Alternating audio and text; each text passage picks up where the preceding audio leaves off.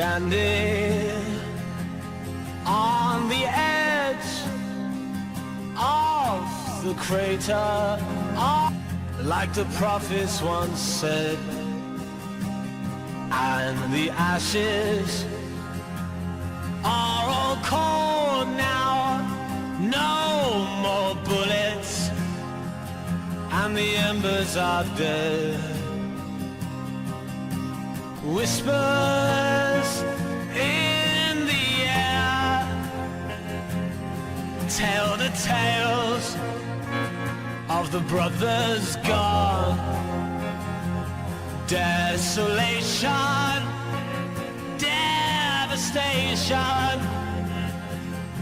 what a mess we made when it all went wrong.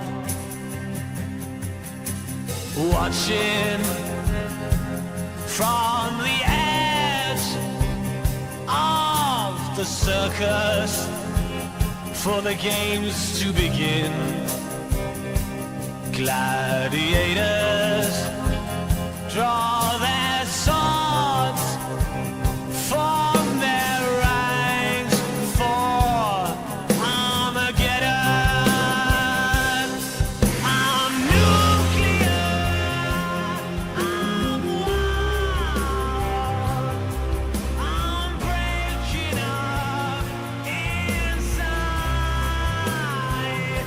A heart of broken glass, deep inside the abandoned child.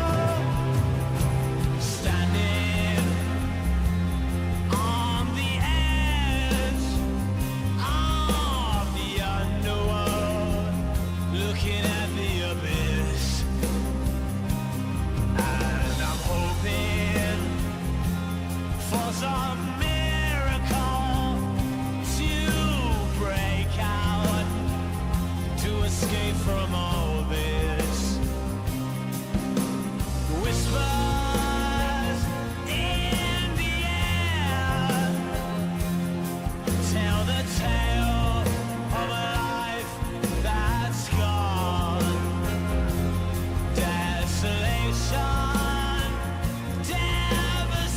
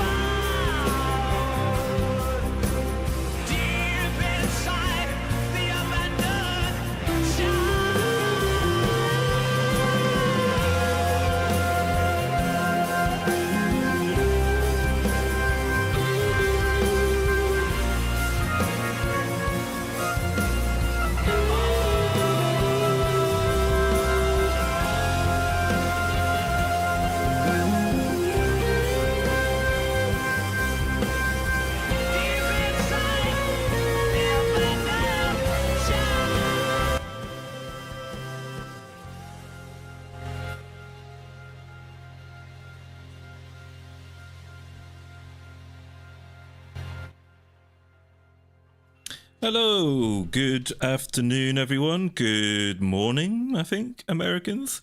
I'm not furry, shut the fuck up. Who thought in the year of 2024 a tiny furry cartoon man would be talking about US presidential shit? What world we live in. What a crazy weekend this has been. I did not have attempted presidential assassinations on my 2024 bingo cards, but here we are. What a crazy world we live in.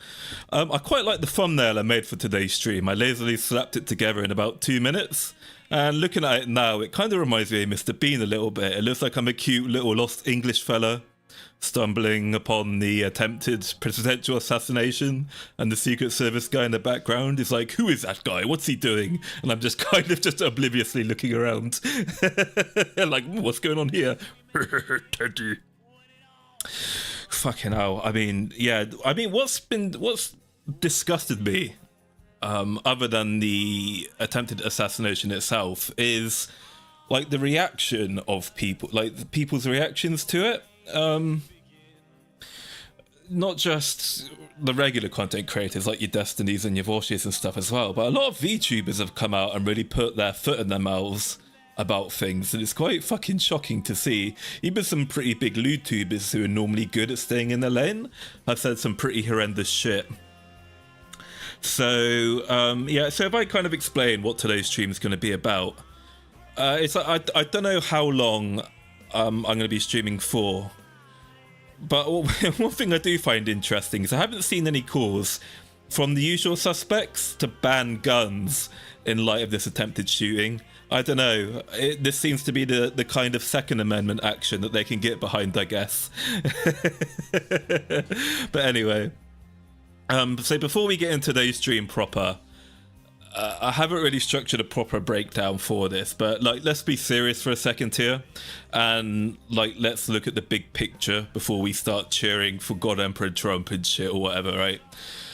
So I want to discuss both the events themselves and the fucking twisted mentality of like some content creators and VTubers who are kind of lamenting that Trump wasn't killed, and they seem to be almost sickeningly gleeful that an attempt was made, despite it obviously killing an innocent person and critically injuring 2 others, I believe, who may not necessarily make it either. I think they're still in critical condition.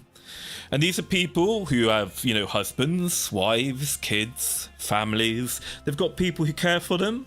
I mean, what the fuck did they do to anybody? Why did they deserve to die for exercising their freedom to attend a rally and support their favoured, you know, presidential candidate? I don't. Why is that funny? Why is that something to celebrate? I mean, it's like, make edgy jokes and memes about the shooter who aims like a fucking Canadian, right? Or, you know, you make memes about Trump's triumph over the terrifying situation. But to kind of autistically screech about how you don't feel safe, or how the bad orange man deserves it because he says the crass things and you don't like his political ideology, I don't know, I'd fucking pray for you, man. You've got a bit of a nasty black heart, I think. They don't even care that, you know, that their guy fucking murdered random people for no reason. They're just upset that the Orange Emperor continues his crusades, and they scurry off to social media like the fucking weasels they are to try and farm clout from their fellow cultists. Awful. Yeah, but anyway, I think it's important as well to note when we talk about this stuff, it's not all leftists, right? It's not all Democrats. There's plenty of people from that side of the political divide who are outraged, and, you know, they're disgusted by this turn of events as well. And it's important not to kind of fall into that same abyss as the people who support this shit, where you dehumanize and disregard everyone's point of view because you don't agree with it. There's people on the right, the so-called right as well, who engage in this rhetoric. But I think kind of in this day and age, I think it is predominantly almost leftist aligned terrorism that kind of leads to this shit.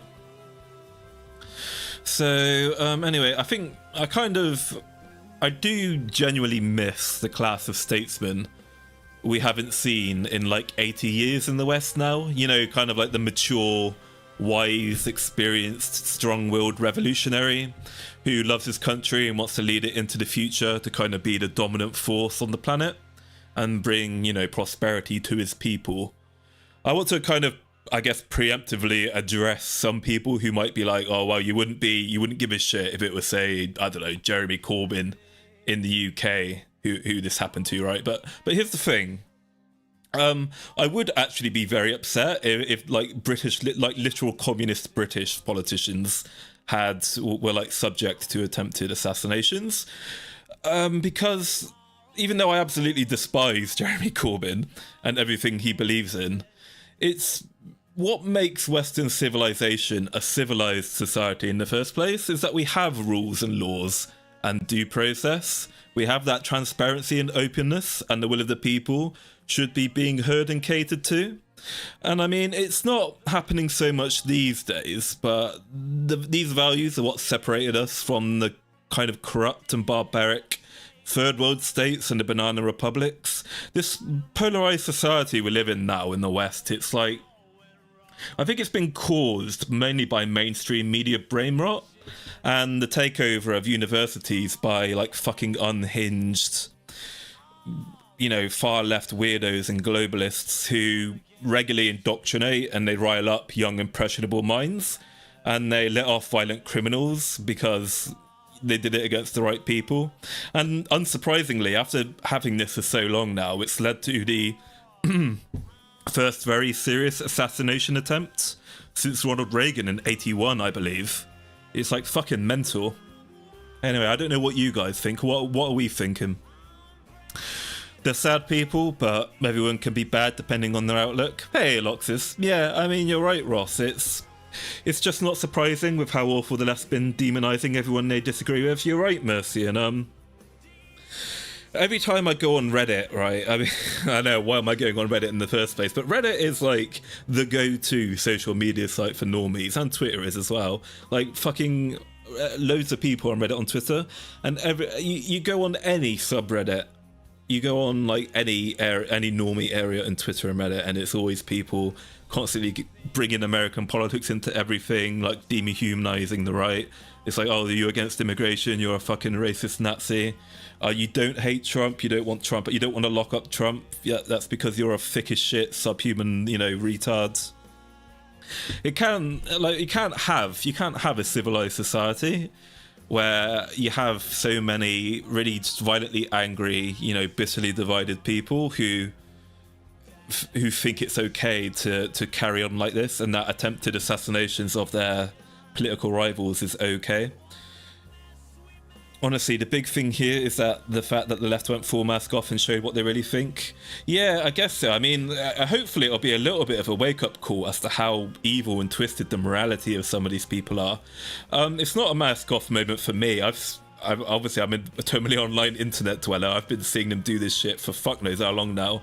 Seen it in the universities myself. Obviously, I'm a university student who did a bachelor's degree in politics, IR, and military history, and I remember being at university, my British professors who were ex-military were all pretty like rational, and they were like pretty facts-based and reasonable. They were quite even-handed, and I had two professors at university who taught me international relations. They were both Germans. They were both like very left-wing Germans. And yeah, their attitude towards like the European Union, for example, was like open borders is good because I like the freedom to just go and live wherever the fuck I want. And I'm not gonna get into immigration because that's not what today's stream is about. But it's those kinds of people who just don't understand the damage that their rhetoric and that their constant like dehumanization of people who don't fancy globalism and don't like leftist politics is really starting to piss people off, and it's causing issues. It's affecting like the mental health and the stability of our nation states. It's both surprising and not surprising for me.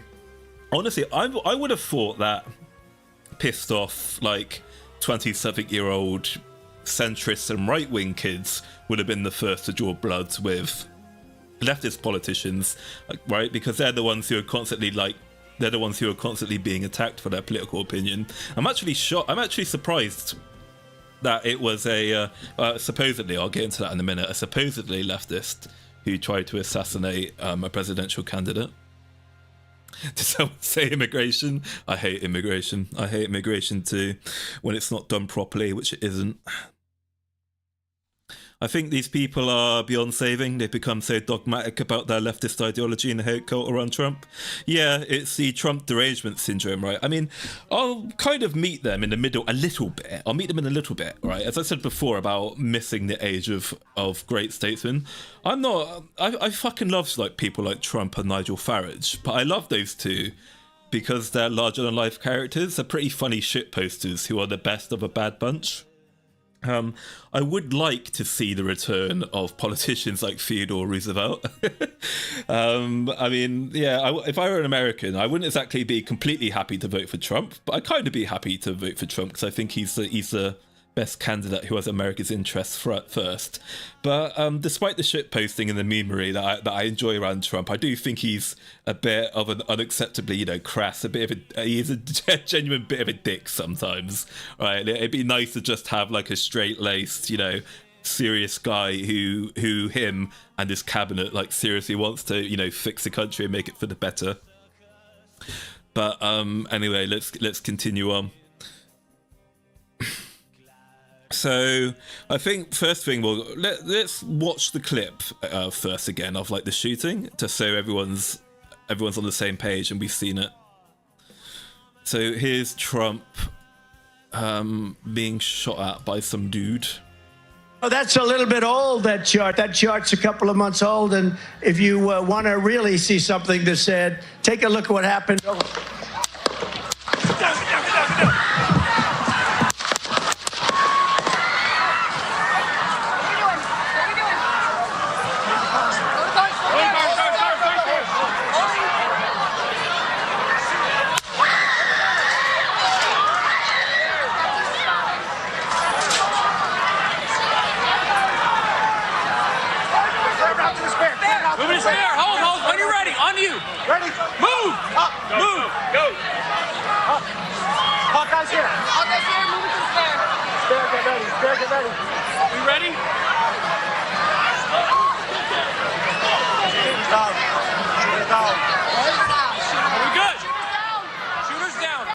Right, it's like, imagine seeing that. Imagine looking at that and your first reaction is to be like, nearly got it. Better luck next time, everyone. Like, that's fucking awful. Like, people just died right there. It's absolutely horrifying. And like, poor Trump himself, right? Trump's a family man. He has a wife. He has, as he'd say himself, I think he has 2 children, right? He's like, I have 2 beautiful children. Okay, 2 beautiful kids. I mean, that's horrifying, this whole thing. And you've got these people whose take on that is it's fucking awful. I mean, what did Destiny say about it? Hang on, I've got so many tabs here. I need to get on Kirsch's level. There's so much to unpack here with this kind of shitty treatment. But yeah, we've since heard who the suspected shooter is. The FBI have revealed who the shooter is, and apparently the shooter is this guy here. This is the shooter right here. It's a guy by the name of Samuel Hyde. Sam Hyde, of course, gaining notoriety for being the ghost of Kiev. Unfortunately, after his heroics at the Battle of Kiev, Sam since immigrated to the United States. This proud Ukrainian man. And unfortunately, poor Sam here has been radicalized by American food, American women, and American television. And yeah, he's turned on the country that gave him refuge, unfortunately. Oh dear, the Sam Hyde memes never. The Sam Hyde memes are always a classic. I love those. He went to Sam's side. How does he keep getting away with it? He keeps getting away with it. He's everywhere and nowhere at once. Today he's in the United States. An hour later, he's shooting Russians out of the sky in Kiev. It's ridiculous. But no, seriously. So we've got a picture here of the shooting. I don't know if this is going to get my stream taken down. It's blurred out, so I assume not. We've got a bunch of, I guess these must be like Homeland Security, the Department of Homeland Security operators, I guess. Looking like goddamn Delta Force guys here. They've got, I think he's got night vision goggles up there, I don't know. And you've got a police officer here in the back. They've got there, I don't know, those look like M4s. And I think these two here, I think the guy in the middle and the police officer in the back are actually smiling as they're looking at the guy they just got. So the actual shooter is a guy named Thomas Matthew Cooks, apparently, who's only 20 years old, which is a complete, like, just fucking waste of life. He's such a young guy. I don't know what possessed him to throw away his entire future like this, just as he was just about to come of age. I mean, that's a kind of tragic thing as well. Is that, you know, this poor young, I don't know, I wouldn't call him a poor young man. He's old enough to make his own decisions and consequences, right? But I in some sordid way, I do feel bad for the young man because he's clearly been radicalized by Trump derangement syndrome. I mean, what 20-year-old thinks it's a good idea to fucking storm a presidential rally filled with, like, you know, police sharpshooters and special, you know, ex-special operation forces guys and try to take a shot at a fucking presidential candidate? That's not normal 20-year-old behavior. Like, what possessed this man to do this, unfortunately? It's very sad. So, this guy, Thomas Matthew Crooks, who's 20 years old, he was a resident of Bethel Park in Pennsylvania. His name is still unknown. I was looking at the news articles earlier this afternoon. Apparently, it has been, based on what I was told, what I've read, it's been confirmed as this Thomas Matthew Crooks guy.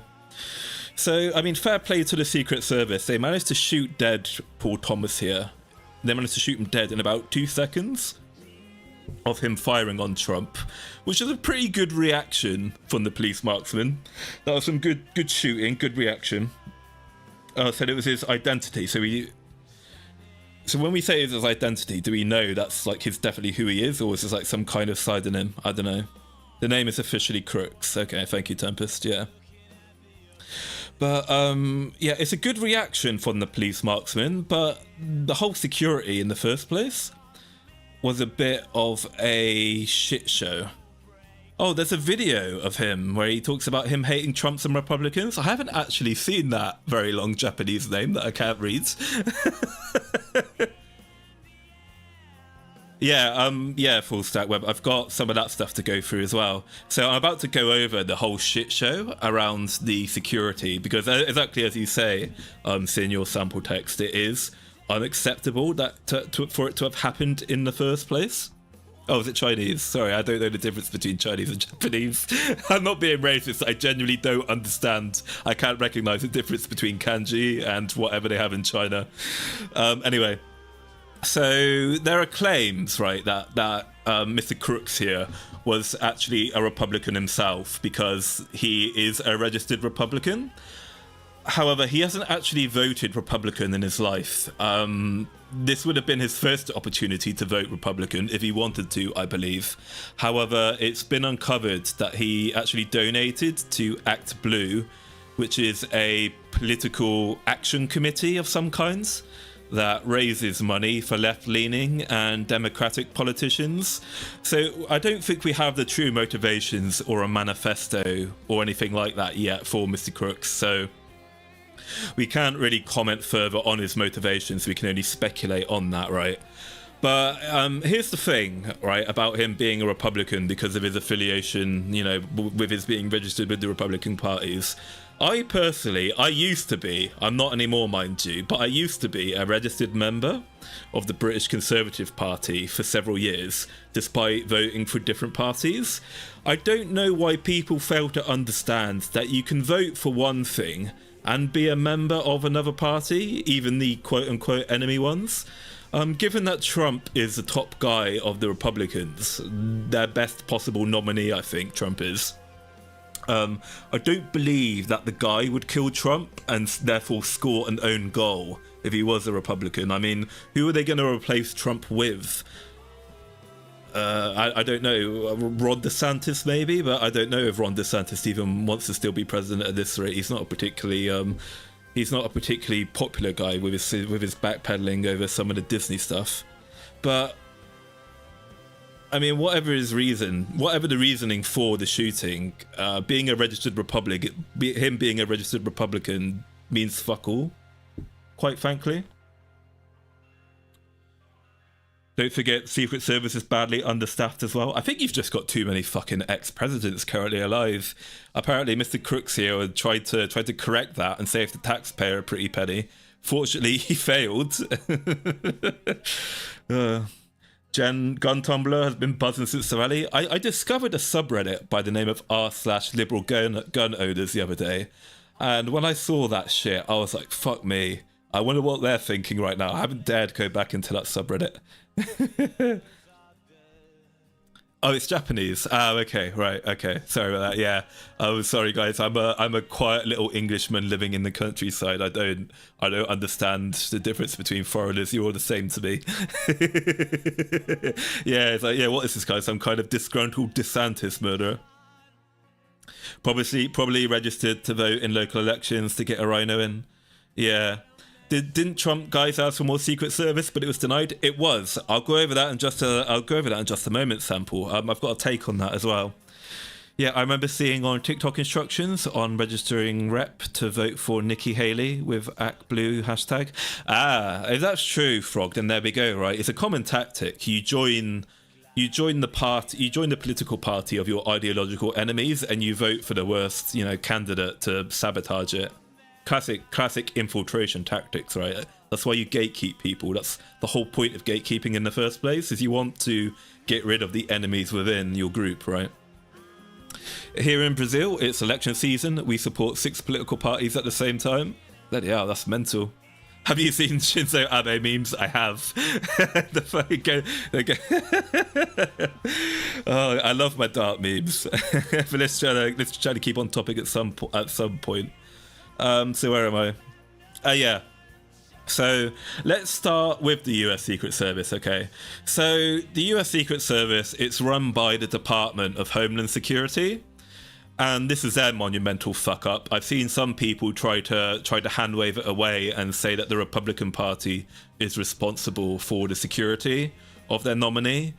That's true to some extent, technically speaking, but Trump is a former president, therefore he gets special privileges that other politicians don't get. Former presidents are entitled to they are legally, and they should get a pretty decent Secret Service, close protection unit. I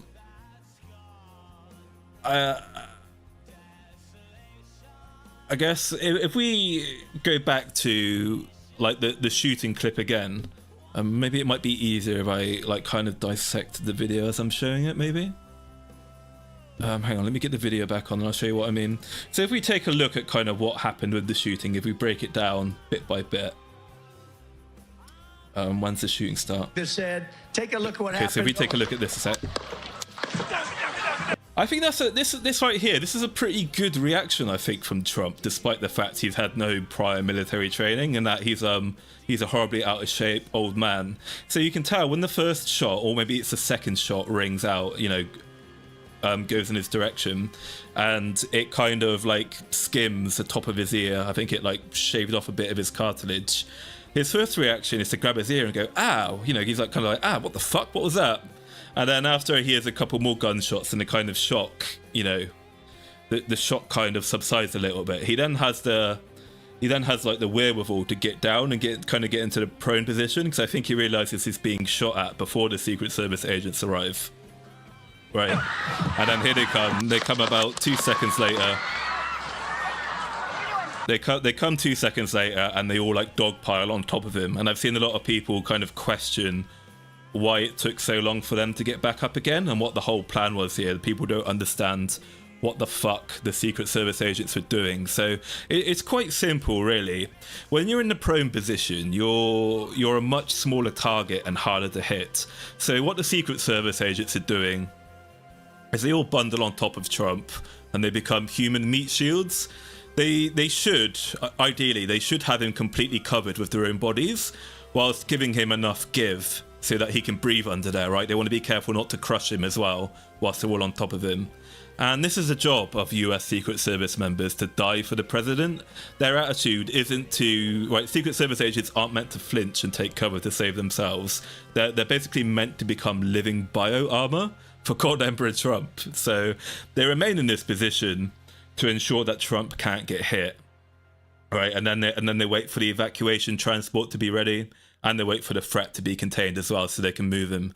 So you see a Secret Service guy shout, "The shooter is down," a couple of seconds after this, and then there's like some waiting whilst they're all kind of stood around, and then once the car's ready, they then like get Trump up and they try to move him, right? And I think what I found pretty funny about the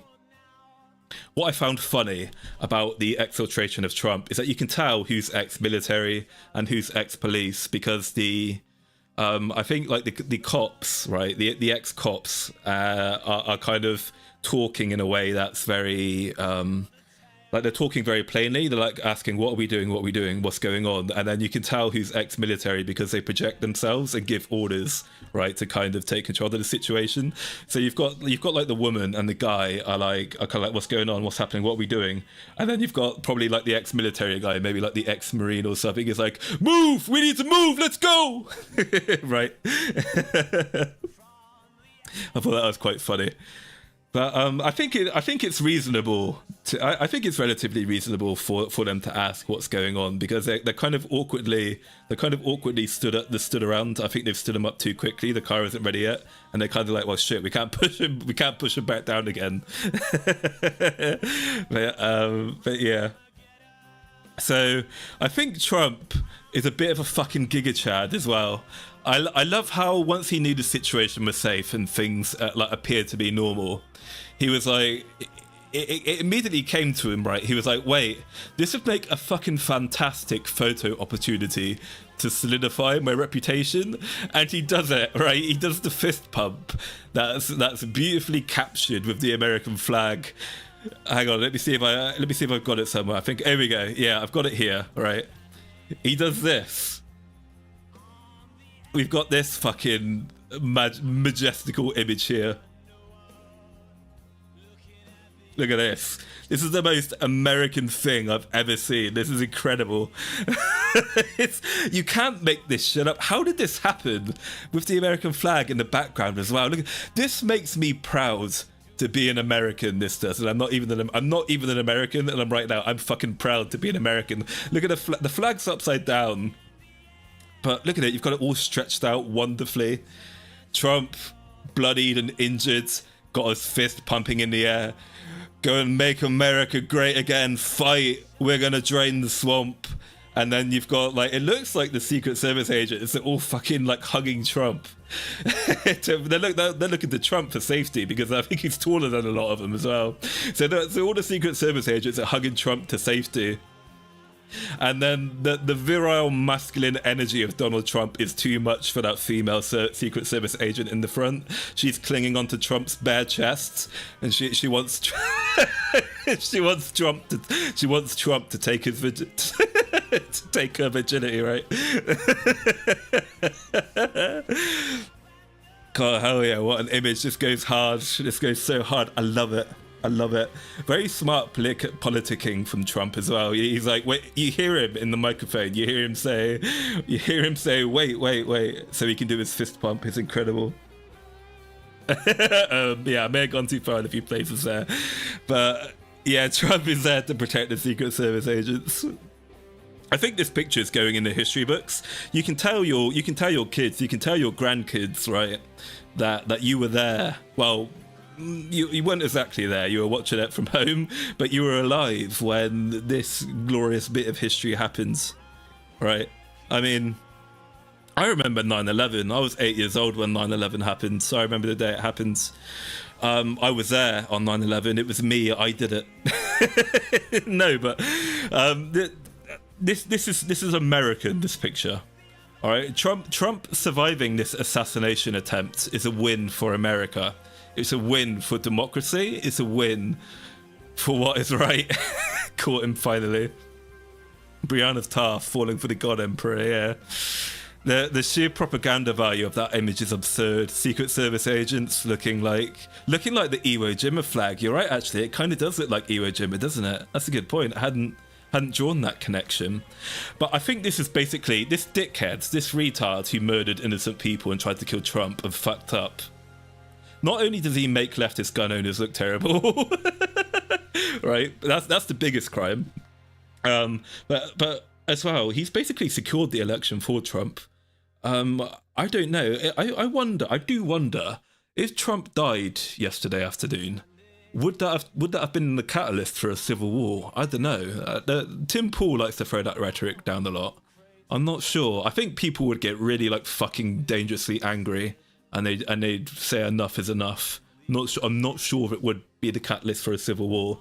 But I think Trump's basically, the election is his at this point. It's his to lose. And if they try to steal the election from him, right, I think if he doesn't become president at this point, unless he dies of natural causes, again, I don't know if that would be the catalyst for a civil war. It's a really fucking scary topic to talk about. I mean, people are kind of some people are kind of chomping at the bits for that to be the case. But I think people need to calm down a minute and actually recognize what that would entail. Civil wars aren't. I know that warfare against tyrannical governments is the lifeblood of American history and culture, but you don't want to live through that shit. You don't want it to happen, if possible. It's not something you really want to joke about. The cost is horrifying.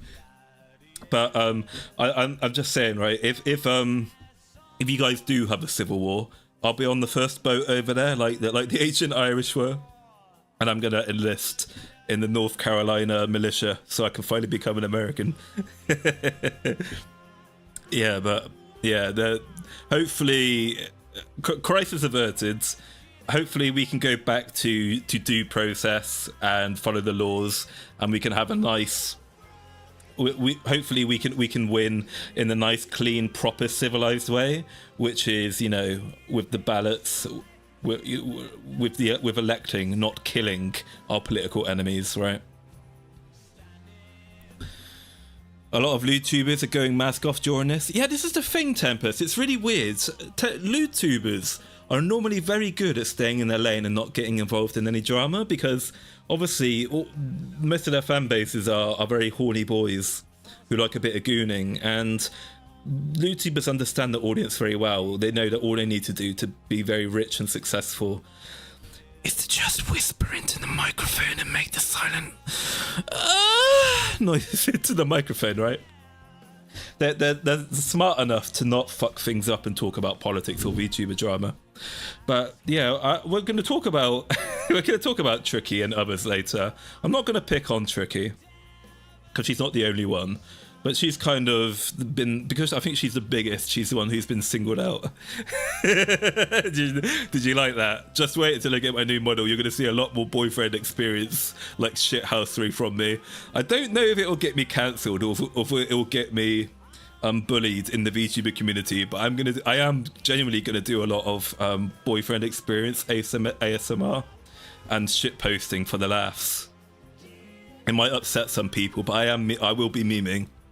But a lot of people can't take a joke these days.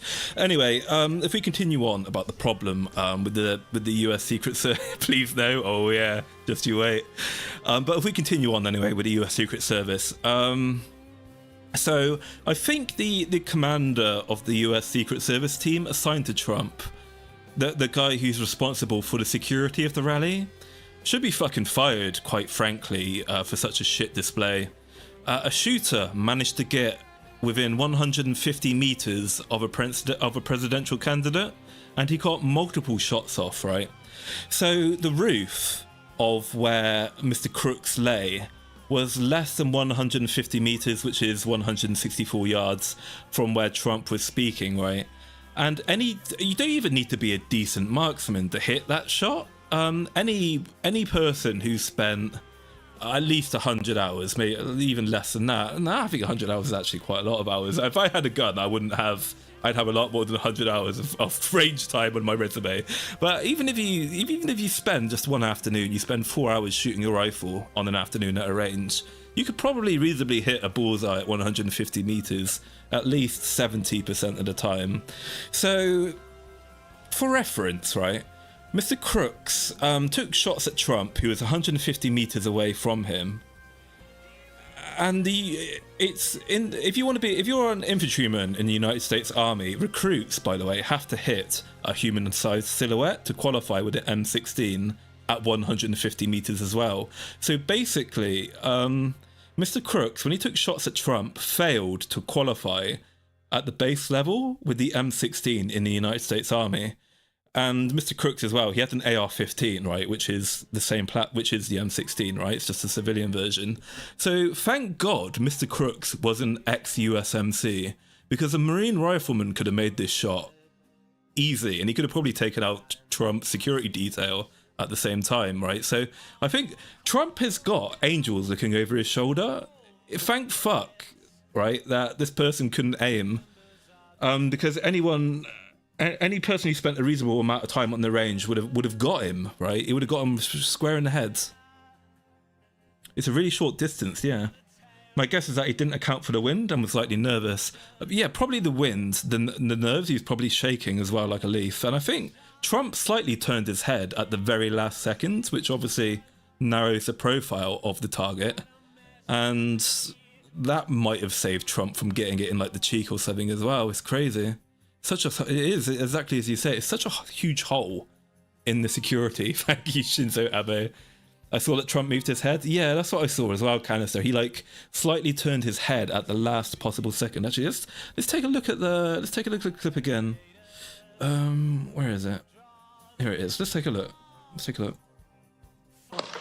Right, okay, now Want to really see? It's a couple of months old, and if you want to really see something that said, take a look at what happened. Yeah, look at that. Look, he moved his head. He moved his head like a millisecond before the shooting just started. He moved his cheek towards the mic more, moved his cheek straight back towards to the right side again, and then the first round hits right as he's moved his cheek. I mean, the bullet will obviously travel before the sound, but I think there's like a second delay before you hear the shot. So yeah, I think Trump might have taken a round in the cheek instead of the ear if he hadn't moved his head. I mean, getting shot in the cheek wouldn't have killed him either, but that would have probably left a nastier wound. Might have broken his jaw. If he didn't get shot by 5.56, did he? I think it was an AR. I think it was an AR-15 that was chambered in 2.2. He didn't get shot by a 5.56, did he? Thank you very much for the $5, Captain Joe Buddy. Thank you. Oh, I sent you a message in DM about this because YouTube won't let me make a Fallout New Vegas reference. Okay, 1 second. Let me have a look. Joe. Have you sent me a DM in Discord or Twitter, Joe? I've got my Discord closed at the moment because I don't want you guys to fucking see my secret Discord group chats, because we all know what happens when those get leaked.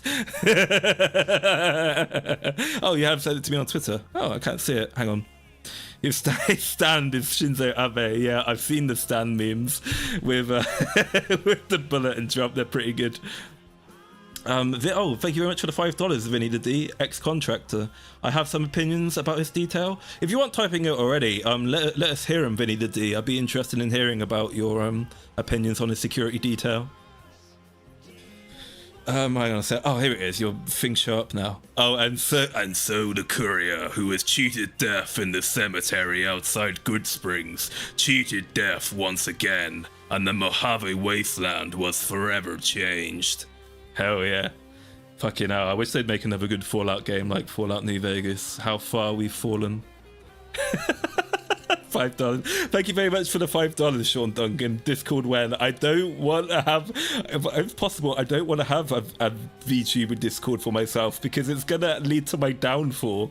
I mean, I'm probably gonna lead to my own downfall with the shit I say off the cuff because I think, fuck it, Yoda, let's go. But I don't want to increase the chances that I'm gonna get myself fucking destroyed, right? They can see your herd of Discord kittens. Oh god, no! Please don't talk to me about fucking grooming young people on the internet. God, it fucking freaks me out when I see people who are my age in their early 30s going around like grooming 18, 20-year-old, you know, like young VTuber girls in Discords and shit. It's fucking gross. I don't understand why they do that shit in the first place. People under the age of 27 piss me off, personally. I can't imagine what to like meet up and have sex with one of them. Right? No offense to the Zoomers in the chat, but most Zoomers piss me off. I want to talk to you guys as little as possible. I mean, most of you Zoomers who are in the FaZe community are pretty cool, right? You guys are different, but generally speaking, I can't stand people under 27. Maulington grooming me in DMs right now. I'm not gay, unfortunately. Unfortunately for you, Wreck Life, I'm not gay. You wish I were gay. You made the age cut just barely. Congratulations on your birthday. Tom McDonald, pro-Trump rapper, just put out a new song you missed. Yeah, I did. When I made the thumbnail for today's stream, I did have a caption by me that said, "Nice shot, dickhead." But I kind of thought that, you know, given the fact that, unfortunately, some innocent people have tragically died, I thought that was getting a bit too into the shithousery to say that. Yeah, as much as I may be a little bit problematic being the guy who made the fucking Holocaust meme about V-tweeters and Pippa and Pika-Me during the Hogwarts Legacy drama, I do have a soul and I do have some semblance of decency, unlike these fucking so-called white knights and V-tweeting fuckers who think it's funny to like laugh and cry about how it's awful that a family man and father of two wasn't violently murdered for a man, by the way, who probably represents at least half the US population who want him as their elected leader and representative, which is another point people don't mention. At least half the people of the United States want Donald Trump to represent them, obviously both nationally and globally. And these people are so narcissistic, they would deny half their fellow American their candidate of choice because they personally don't like them, right? It's awful. That's a fucking banger, dude. As someone dating... Actually, hang on. Vinny D, did you give us your take as a ex-contractor? You might be still writing it. Let me know if I missed your comment, Vinny D. I'm actually interested in seeing what someone with like experience in the business would have to say about a security detail. Zoomers are doomed. Zoomers are fucked. I was watching Jim stream last night. I went to bed before he did like the boogie stuff, but I was uncharacteristically like righteous anger from Jim. I agreed with a lot of basically everything he was saying. Yeah, I saw you commenting in Jim's stream yesterday, Kara. Yeah, I mean, I have nothing. I think Jim very, very succinctly spoke about what the problems are with not just America but the West in general at the moment, and like the tragedy of the situation. It's like Sam Hyde himself said, some of these people, unfortunately, they want you dead, they want to brainwash, and what did he say? They want to brainwash and rape your children, they want to make you bankrupt, they want to ruin your life. And I think what I find, I'll go into this a little bit later. I'm fucking tangenting already, fuck, I need to stop tangenting, trying to talk about the security detail. But I think what annoys me, right, is when you get some commenters, like people like Dev, for example, you know, short fat Ataku, and people like Destiny, who kind of try to take the middle roads on something, when it's not that they're trying to take the middle road, right, but it's like, it's a very cut and dry clay. This is a very cut and dry case of attempted assassination, and it's almost like they refuse to believe their lying eyes. They're so determined to try to, I guess, be different, and they're so determined to not, you know, join the herd on either side. They refuse to see what's right in front of them, which is, you know, Trump, a guy tried to murder Trump most likely because of his political opinions, right? He felt like he was doing his country a favor. And you've still got people going, well, no, hang on a minute, wait, we ain't got all the facts here. It's like, Jesus Christ, fuck off. That's not a neutral, rational position to hold. Just look at what's in front of you and make up your minds, right? Hate you too, old geezer. I love you, Krivus. They're so absorbed in hate and blinded by it. Yeah, tangents are good. Yeah. I thought this would be the worst thing I'd ever do as a content creator, would be trying to talk for a long period of time. Apparently it's not. I talk too much. Dev and Destiny masks fell off. Devony is no centrist, he only criticises the right. Yeah, Destiny, Dev is weird. I guess I'll talk about like the content creator reactions later in the stream. Let's continue on with the actual situation, the actual political situation as it happens, and then we'll talk about content creators. Because Dev is another one that I want to kind of talk about. It's not normally like my, I don't know what you describe it. As I said before, I don't like lolcow hunting, and I don't like talking shit about other creators. I like talking about what I don't like, from content creators, but I don't like lighting up individual content creators normally. But I think in this case, we kind of have to look at a couple people because they're good examples of the kind of madness that's plaguing, I guess, Western civilization at the moment, and we can kind of take a look at them and see, why the way they behave is doing more harm probably than it is good. Anyway, so I've seen people kind of try and do defense for the civil service team by saying that, the Secret Service people wouldn't have been able to see the shooter until he was set up and peeked over the kind of like the incline of the roof to take the shot due to the sloping. So it's like, okay, fine, right? They wouldn't have been able to see him until he crested over the slope. But why the fuck wasn't there a fire team on that roof in the first place to deny any potential assassins the ability to take a shot at Trump? So this rooftop that was over Trump, right, had a nice clean solution to the podium. It was right, I think it was like right in front of the podium or something, wasn't it? So the roof, so this rooftop had a nice clean solution on Donald Trump. I don't understand why this wasn't denied to any would-be shooters. So when commanders prepare for an operation, they spend countless hours with a map drawn to autistic minute detail on everything in that environment, and they dissect it to determine like the best routes in and out of that area, where the best places are to put fire teams, where the enemy could come from, etc, etc. So how was this rooftop missed? I think even a dumbass like freshly graduated platoon commander in like the Air Force would have identified the threat of that vantage point. I don't understand why they didn't have that shit covered already. Did they get lazy and sloppy? Is it a staffing issues? Did someone fuck up? Well, explain that one to me. There's also, oh god, now that I've mentioned Dev, we've got the anti-Dev brigading. Whoops. Whatever, I don't care. Dev annoys me sometimes. I mean, again, though, just because Dev annoys me, I don't like his takes on things. Every now and again, I do think Dev does bring to attention things which need discussing. It's just annoying how he always has to be like the contrarian who says, well, actually, we shouldn't be doing this. And it's like, well, actually, we should, Dev, because this is what happened. Stop trying to lie to your eyes, Dev. Something interesting that came up was that the Secret Service tried to request more security, but the current head of the DHS refused this. I wonder if the extra staff would have covered the area.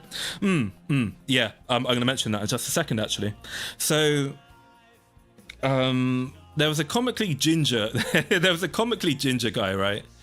And others, apparently, who tried to warn the police that this dodgy shooter with his rifle was going onto this rooftop to potentially make an attempt, and the police ignored them, apparently. So I've got a tab of the comically ginger guy, fucking Carrot Top here. Here he goes. So let's take a look at the clip with Carrot Top here from BBC. So we walked up in probably 5 to 7 minutes of Trump speaking. I'm estimating here. I have no idea, but we noticed a guy crawling, bear crawling up the roof of the building beside us, 50 feet away from us. So we're standing there, we're pointing at the guy crawling up the roof. And he had a gun, right? He had a rifle. A rifle. We could clearly see him with a rifle. Absolutely. We're pointing at him. The police are down there running around on the ground. We're like, hey, man, there's a guy on the roof with a rifle. And the police are like, huh, what? Like they didn't know what was going on. We're like, hey, right here on the roof. We can see him from right here. We see him. He's crawling. And next thing you know, I'm thinking to myself, why is Trump still speaking? Why have they not pulled him off the stage? I'm standing there pointing at him for, 2-3 minutes, Secret Service is looking at us from the top of the barn. I'm pointing at that roof, just standing there like this. And next thing you know, 5 shots ring out. So you're certain that the shots came from that guy on the roof? 100%. 100%. And he was up there for a couple of minutes. He was up you there. saw him up there for a couple of minutes. Absolutely. At least 3 to 4 minutes. British you were man here, telling- by the way. Yep. He's fucking ghastly. We were oh my telling God. the police, we were pointing at him for the Secret Service, who were God. looking at us from the top of the barn. They were looking at us the whole time when we were standing by that tree. Could they see him? Binoculars. Could they see him? Probably not, because the roof, the way the slope went, he was behind where they could see. But why is there not Secret Service on all of these roofs here? I mean, this is not a big place. So I couldn't resist. I don't like insulting people for their physical appearance. I'm not exactly the best looking guy myself, don't get me wrong. But yeah, essentially, what that little interview there was about is that people tried to warn the police that there was this dickhead going onto the roof who clearly wasn't, Secret Service, probably trying to go take a shot at Trump. And the police ignored him. I'm a little bit conflicted on this particular issue because, right, here's my rationale. So I'm still thinking about the fucking troll. That came to me just now. I didn't have that planned. As I was watching him, I just thought, oh my God, this guy's a troll. But I'm kind of conflicted on this one because on the one hand, right, people are so fucking retarded, and you've got these like fantasists and weirdos who bother the police with dumb shit all the time. And it's like, oh my God, Mr. Policeman, the goddamn robot aliens are on the roof and they're gonna shove a gay probe up Trump's ass. You gotta go stop them, policeman. You get people like this bothering the police all the time, particularly at security events. So maybe the security forces thought it was like a member of the public just concerned about the movements of one of their guys. But I think in these kinds of situations, particularly with Donald Trump, who is at high risk of attack, the police should be treating those kinds of like alerts very seriously and investigating it immediately, assuming they've got the manpower to react to this new intel. Maybe they had manpower shortages, or the action happened before a decision could be made, which is why they didn't go up onto the roof and check it out beforehand. Because like, here's the thing, guys, right? It's usually in these kinds of situations, breaking the plan usually involves an officer of some kind to be briefed, who's like in a command center somewhere. You need to brief the officer on the situation, and then they need to make a decision. And then by the point that obviously the officer's been briefed and that he's thought about what decision to make, usually by then it's too late, the action's happened. So we don't have enough information on why there was this glaring security hole at the moment. But on the subject of manpower, it's alleged that the Democrats have denied Trump extra beefed up security, despite the very real and intense threats on Trump's person ever since he first ran for office. So let's take a look at the proof. Obviously you want me to give you some proof as to the detail. There we go. I've got Fox News here. So Fox News claims Mayorkas denied repeated requests for more Secret Service protection for Trump, GOP lawmaker says. So obviously, again, disclaimers. Fox News, very pro-Republican kind of news outlet, and the accusations are being made by some kind of conservative lawmaker. So again, you always have to take these accusations with a pinch of salt. So, a House Republican lawmaker is alleging that Homeland Security Secretary Alejandro Mayorkas denied stronger Secret Service protection for former President Trump multiple times. I do absolutely believe that this is the case. I'll talk about why that is in a minute. I absolutely do believe the claims. I have very reliable sources telling me there have been repeated requests for stronger Secret Service protection for President Trump, denied by Secretary Mayorkas. And the House Homeland Security Committee is planning on investigating reports that Trump was denied stronger Secret Service protection before the rally, says a source tells Fox News. Okay, so if we unpack that one. So this Alejandro Mayorkas guy, right? He's a Democrat. he's he's the sitting Secretary of Homeland Security. So it's in the name, right? He's the guy who's responsible for protecting American interests at home, including political and presidential persons. And he organizes their close protection detail in a way. So basically, it's his responsibility. He's the guy, he's the chief who would determine how much like funding allocation and what would get set up for Trump's close protection detail, right? So he does bear some responsibility for in the inadequacy of Trump's close protection here, right? I think to outright say it's his fault is hyperbole. It doesn't help when people jump to such ridiculous like hyperboles. It's not his fault as such, but he should get rung over the coals over this though, because it is his responsibility to ensure that, you know, people under his charge, including former presidents, have a proper security detail in place and that they are properly resourced. Thank you very much for the $2, Vinny Diddy. Thank you very much. So I've seen some rhetoric from people who are accusing the Democrats of outright trying to assassinate Trump themselves. Like apparently this was like this shooter was their guy, and that the reason why they refused to beef up Trump's security is because they wanted Trump dead and gone. And the reason why they claim this is obviously because of these allegations. So I think kind of what's also fulfilled this narrative as well is when Biden said, what was it, a couple of weeks ago, he made a statement that said it's time to put Trump in a bullseye, which is unfortunate timing. And it's a pretty shitty statement to make as well, honestly. I know politicians always take like clever snipes at each other and use this ridiculous rhetoric. But to use phrases like put him in a bullseye, particularly when, you know, Trump is someone who a lot of people would genuinely like to do harm upon, I think that's a little bit, it's a bit unprofessional. It's a bit too far, in my opinion, to say those kinds of things. It's unfortunate wording. Where's my goddamn tab? Fucking hell. Where's my tab? Actually, no, I know where it is. Hang on. God, I'm a rookie. Sorry, I'm not Kershaw, guys. I'm not Kershaw. I'm not as good as at tab management as she is.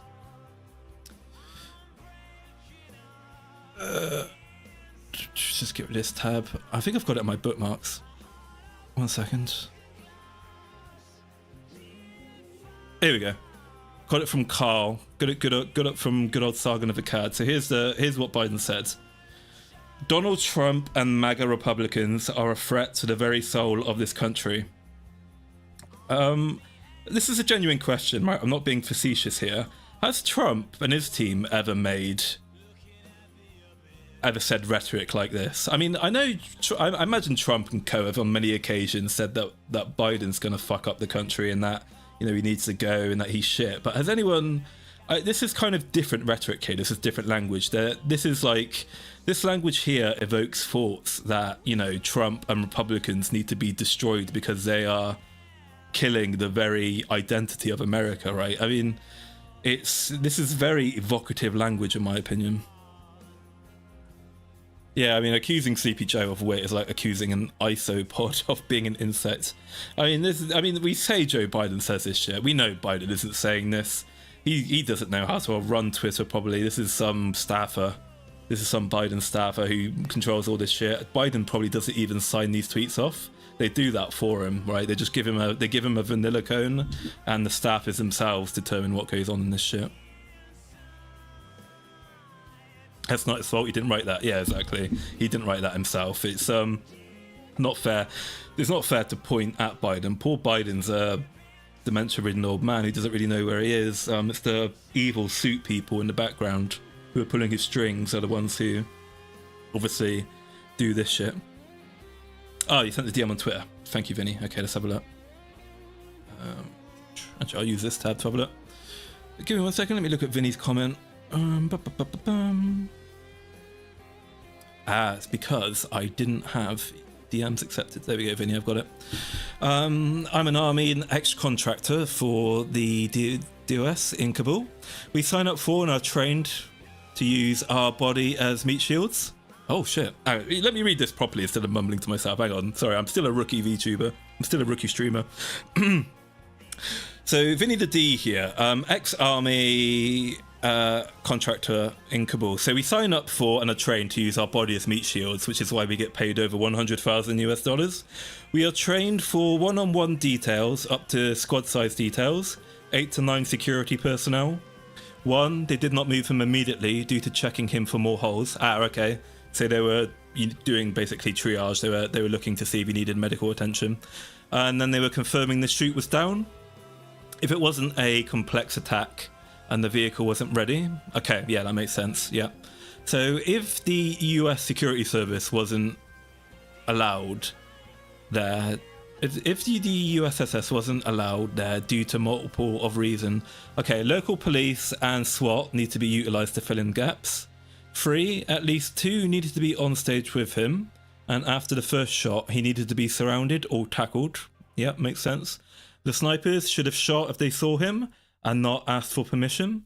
Yeah, that always makes sense. I think snipers have a sniper commander, don't they? But they're generally speaking, they're allowed to take their own initiative if the situation calls for it. So our marksmen were taught, if you can tell if it's a legitimate threat, yeah, as you're about to say here probably, you shoot first, then explain why. Yeah, exactly. We had a contractor base come under recoilless rifle fire because the snipers did the same thing as the security service snipers did, asking for permission. Yeah, exactly. Snipers got undergo a lot of training to go through high pressure situations. They are trained in reconnaissance and like assessing for threats and observation. When you invest as much time and money into snipers as you do, snipers tend to be pretty grown-up guys. You can trust them to make difficult decisions and for them to obviously rationally explain why they made the decisions to their watch commanders. Worst I can recall is Trump saying that Hillary Clinton should be in jail for what she did as Secretary of State, but nothing about Democrats in general.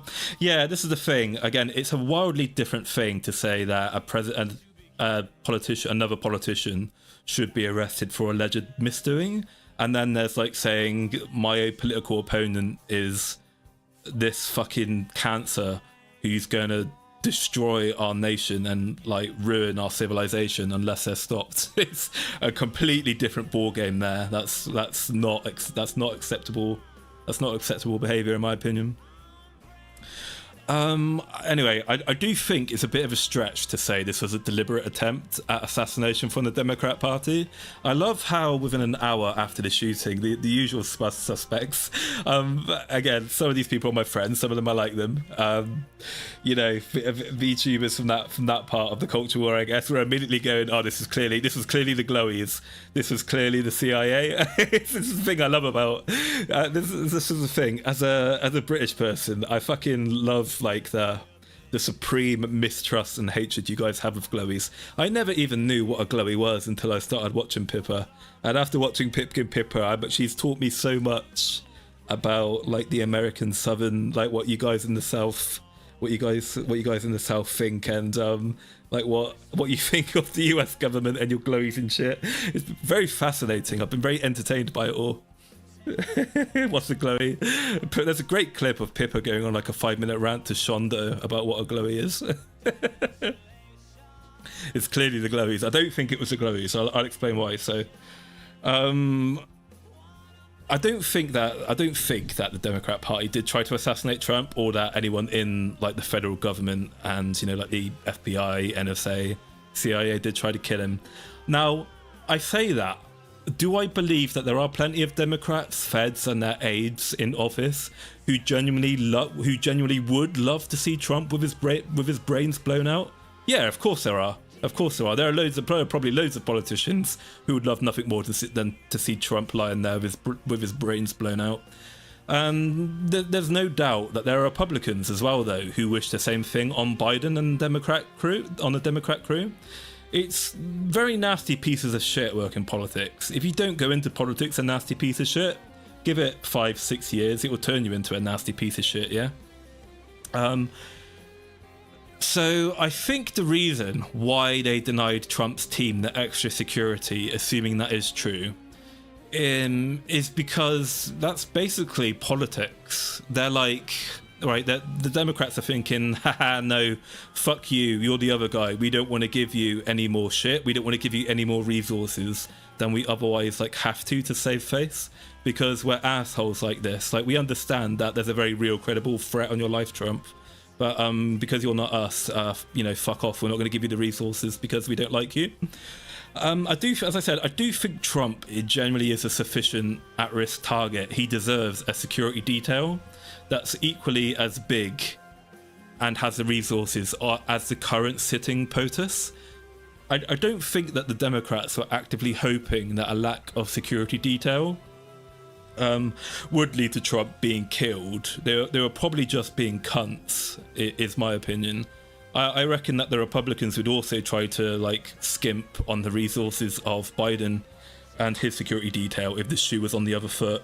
I don't know what you guys think. Do you think that's a fair assessment? What do you think? Do you think it was just politics? Do you think they're just screwing around? Do you think that this was... do you want to glow in the comment section? What do you guys think?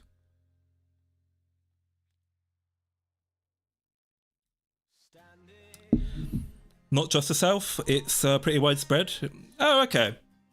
Yeah, from my outsider perspective, like, we tend to see America in like two divides. You've got the Southerners, obviously mainly the Southeast, not the Southwest, because that's California.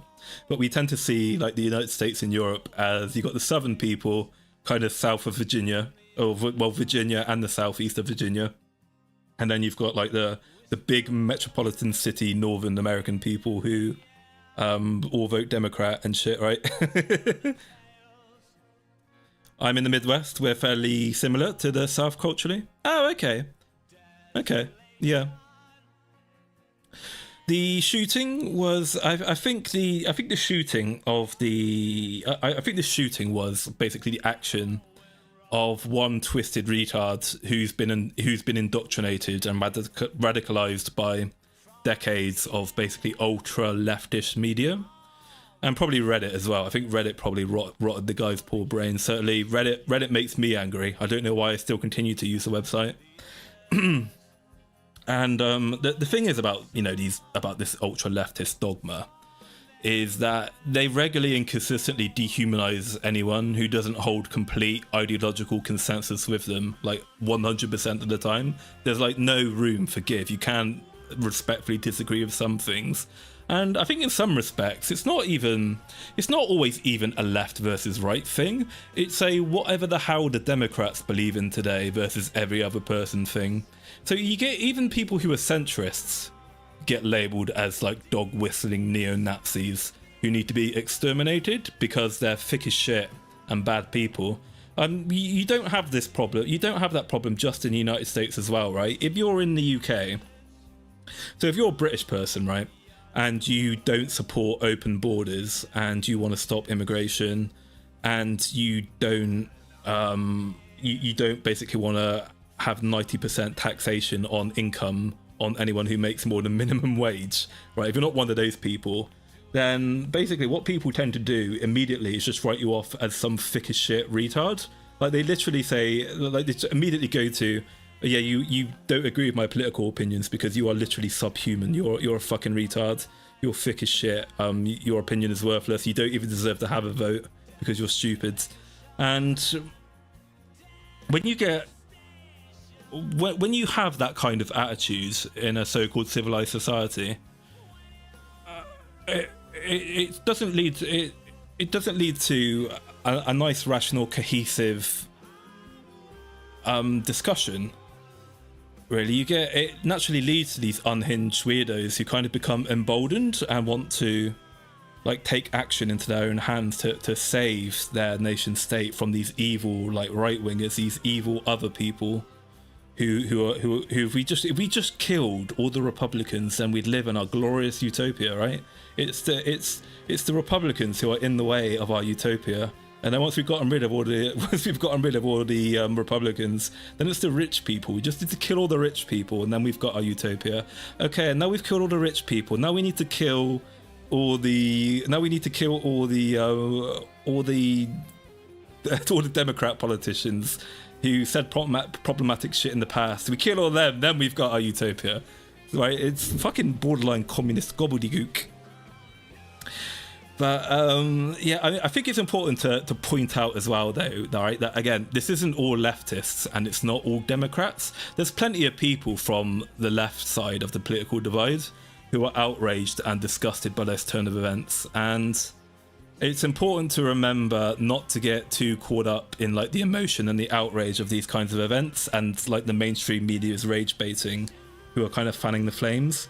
And it's it's perfectly okay to despise someone's like worldview and politics, but I think we should attempt to have a reasonable and, you know, rational discussion with people. It's like agree to disagree, right? When we start trying to like kill each other and like remove each other from the gene pool, that's awful, disgusting behavior, quite frankly. Granted, sentiment against the government and media grew when people saw what they were doing to Trump. Everyone is being labelled as a Nazi nowadays, and this is the thing as well. Everyone's being labelled as a Nazi these days. Even fucking leftists are being called Nazis because they don't agree on one fringe issue. It's completely killed the definition of the term. When people say like this person's a Nazi and problematic these days, when I hear that, in the first instance, I think, right, so if you're telling me someone's a Nazi or problematic, that can mean anything from they literally are a skinhead, or they go to work and pay taxes. It's like, what do you mean? What are we talking about here? Academics, yes, our universities and our education systems have been invaded by Marxist academics, the old relics of the Cold War ideology, who are indoctrinating our poor youths, unfortunately. They tried to do fucking Germans, goddamn Germans teaching me at university tried to do it, tried to turn me into a globalist. I said, no, fuck off. I like England. If I want to see Germany and German culture, I'll go to fucking Germany. I don't want to hear. I think, hey, Dragon Lord, how's it going, buddy? I think there are honest people with politics and those that are dishonest. It's not really about sides as much as whether they have a pure friend-enemy distinction or not. Yeah, that's wonderfully said, Dragon Lord. Very well said. You're exactly right. I'll say that again because I was a fucking... Oh god, I'm really dehydrated now. I haven't been spacing myself out. I think there are honest people with politics and those that are dishonest. It's not really about sides as much as whether they have a pure friend-enemy distinction or not. Yeah, when you like, oftentimes when you grill people, like when you challenge people who get really worked up over these big, you know, like political flashpoints, and you ask them, you say like, let's cut out the Republic, let's cut out the left versus right, you know, rhetoric a minute. What do you stand for? What do you believe in? Like, what are the policies of your chosen guy? And this applies to both left-wing people and right-wing people. You ask them, okay, so what do you believe in then? What are your principles? What are your morals? And they can't answer the question. They don't understand they don't know. They've never bothered to read the policies of their own guy. They don't know what the policies of the other guy are. They don't have a fucking clue about anything, basically. But all they know is that the papers tell them that this guy's evil and needs to be stopped. And then they just run with it because they heard about it on Reddit or the newspapers. They basically borrow their opinion from these quote-unquote journalists. Fucking what a dead profession that is these days. We don't have journalists anymore. I mean, the yellow press has existed for a very long time. I remember this from my history classes. I believe that the term yellow press was first coined in the very early 20th century. I think it was coined around about 1909 to 1911, kind of shortly before the sinking of the Lusitania. You know, in the First World War is kind of when the term yellow press was first invented. That's when, kind of in history, we see the first like sensationalist, like lying, drama baiting media start to emerge. So it's been around for over 100 years now, right? But these days we don't really have we don't have journalists anymore. Like, we don't have people like good old Walter Cronkite anymore with his absolutely fantastic coverage of the Vietnam War. We basically recruit brainwashed ideologues straight from the universities who have no life experience. They can't read or write either. They can't meme because they're humorless cunts. And they just regurgitate what they've been taught at the institutions, and they pretend that they've got some kind of legitimacy because they work for a paper or a formerly reputable news organization. I'm not a fan of modern journalism, and I can't wait for legacy print media to fucking die and be replaced with alt media, because it's vastly superior. Fucking, I can see Kershaw mentioned.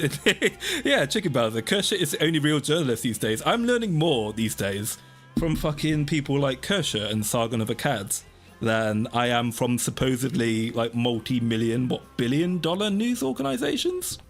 I remember I've been watching Sargon, right, since he was first a PNG with like 10,000 subscribers, and Sargon was always a much better source of like news as to what's going on in the UK than the BBC, for example. And that kind of divide has only gotten worse over times now. Right, it's like a silly tism fox woman with big boobs and has an amazing laugh, right, is more keyed in on political developments than fucking like Fox News and CNN. Like Kershaw fucking, what did she do? She revealed like the transition from DEI to Bridge before professional like culture warriors on the internet and like fucking major news organizations did. It's crazy, right? Mental.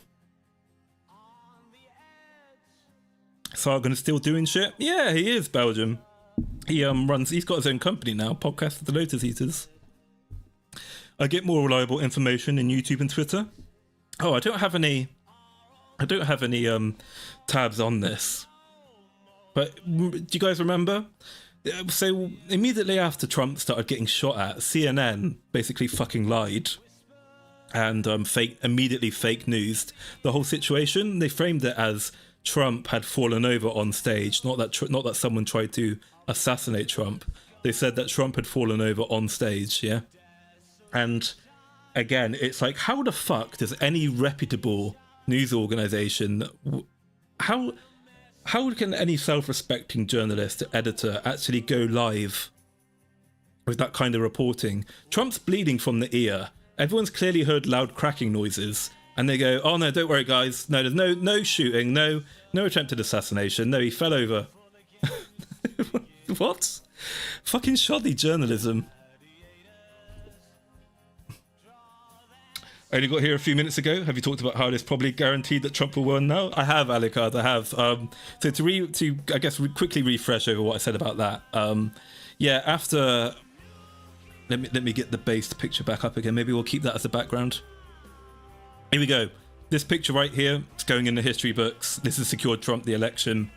The presidential... Trump is going to be president unless he does something seriously fucking wrong, or he dies of natural causes, or he gets killed. Congratulations, dickhead. You've done the exact opposite of what you set out to do, and you paid for it with your life. And not only did he pay it with his life, he killed an innocent person whilst it was happening, and there are 2 other people in critical condition who might also die from their wounds. I don't know what's going on with those 2 at the moment. But again, innocent people had to die because some fuckstick can't handle democracy. And instead of being outraged over this, we've got many leftist VTubers, content creators, and regular people are coming out and crying and lamenting over the fact that Trump wasn't violently murdered. And they don't give a shit about the victims, and they don't give a shit about the victims' families. And it's fucking disgusting, quite frankly, unhinged behavior. It's like, it's the problem, right? There's a lot of truth to the phrase that the left can't meme, because they don't understand the difference between tasteful humor and when you're just being a genuinely like nasty piece of shit. So like putting a caption over this picture here and saying like, nice shot, dickheads, that's an example of making light of a shitty situation, right? That's mildly funny in my opinion. I'd put a caption over this quote saying, nice shot, dickheads. That's funny. And then like these people, some of these people, right, again, I want to make the point, not all leftists, not all Democrats. If they wanted to meme on this, they'd put a giant fucking wall of text in the top right that they desperately try to cram in there, and it would say something like, that face when the fucking orange man neo-Nazi piece of shit narrowly gets away with it again to ruin my, you know what I mean, right? These ridiculously, like, just nasty, spiteful political fucking rants that they go on when it's supposed to be a meme, right? That's the difference between these people. You can see it. You can see it in their lack of humour. Thank you very much for the membership, Wolf and Wings. Thank you very much for the gentlemen, my friends. Thank you, thank you. How you doing today, Wolf and Wings? How's it going, buddy? Yeah, I don't get how Destiny just went fucking insane over the Trump assassination attempt. He tends to be one of the better leftists usually. He does. The thing is, I don't like Destiny at all, but I at least respect the fact that Destiny always tries to do the proper research and reading before he really, gets into a subject and starts doing content on it. So, I mean, I can still dislike Destiny. I can still think Destiny's a fucking idiot regardless. But I still have that respect that he tries to educate himself on things, even if I disagree with him. But Destiny's take on this situation, I think, is a head scratcher. It's very uncharacteristic. I'll get it open actually in just a sec. Oh, thank you very much for the 20 Mexican dollars, Shady buddy. Don't call it victory. Voter registration is wild right now. Yeah, I mean that's true. Right? I mean it's not guaranteed. Trump still could probably lose, but. I honestly, with everything that's going on, I think this is an election winner personally.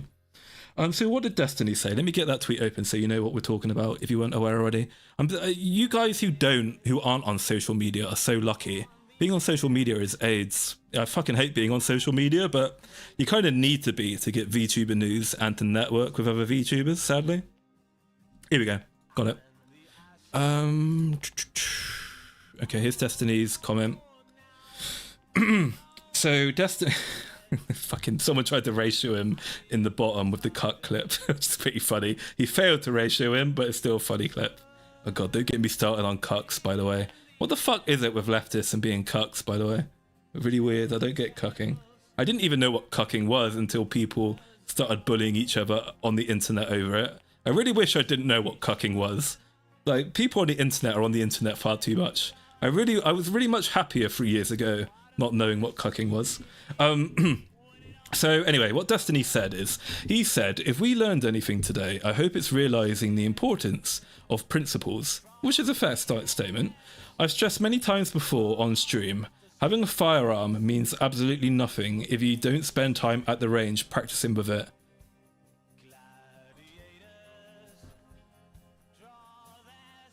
What? I don't. Excuse me. What? I don't normally like to give people the benefit of the doubt, but I'm kind of hoping this is a Tism moment, and he's just really put himself across here terribly. I hope to God what he means here is that. I hope what he means by this is that. You know what? No, I'm not even going to try to rationalize it in my head. Actually, it's causing my brain to malfunction trying to run defense for him on this. Yeah, it's important to have principles, but when your principles involve violently murdering someone because they have a different political opinion, these aren't the kind of principles that you should be proud of and act upon. You should probably get help. You should probably get help on that. And I've stressed many times on stream before, having a firearm means absolutely nothing if you don't spend the time at the range practicing with it. I mean, technically, yeah, he's not wrong, guys, right? Unfortunately, there's no auto aim in real life. You buy that nice shiny AR-15 from the gunman, and you put a $600 EOTech on it, and you get the nice sexy Magpul, magazines, and you put your fancy wedge foregrip on it, and you get your, I don't know, you get your flashlight / laser sight attachment. You spend more money on attachments for your AR-15 than you spend on the actual AR-15 itself. That doesn't guarantee that you can hit shit. You need to go to the fucking range, right? And you need to start actually firing the weapon so you get comfortable for it. You get in the groove. I don't know what he means by this second point about practicing at the range. Is he saying that he hoped that the guy bothered to train with his rifle and hit Trump? Very bad optics wise. I don't quite understand what he means here. Yeah, the cut clip. This clip destroys my soul. right? And that's not even my girlfriend. I mean, it's not his girlfriend either, right? But seriously, like, oh my God, his face, that poor man. Destiny, please, Destiny, I'll fix you, my buddy. Oh my God, that's tragic. What kind of upbringing leads a man to think that's okay? He knows it's not okay. You can see it in his face. He knows it's not okay, but he's lying to himself. Destiny, stop thinking. Switch your brain off. Sometimes it's okay to go with your emotions and instincts. That's what they're there for. His instincts are telling him that this isn't okay. He should act on it. It's what being a man is. Like, for fuck's sake, Destiny. Anyway, I start laughing at Destiny because that's what we come here today to do. Where the fuck was I? We were talking about... What were we talking about? I was talking about how I don't think the Democrats did try to assassinate Destiny. Does Destiny have a Sonitude medallion, by the way? I'm wondering if it's a Sonitude medallion that does that to him. I'm really tempted to buy a Sonitude medallion myself and see if the curse is real. Maybe if I buy a Sonitude medallion, it really will turn me into a furry femboy. Hang on.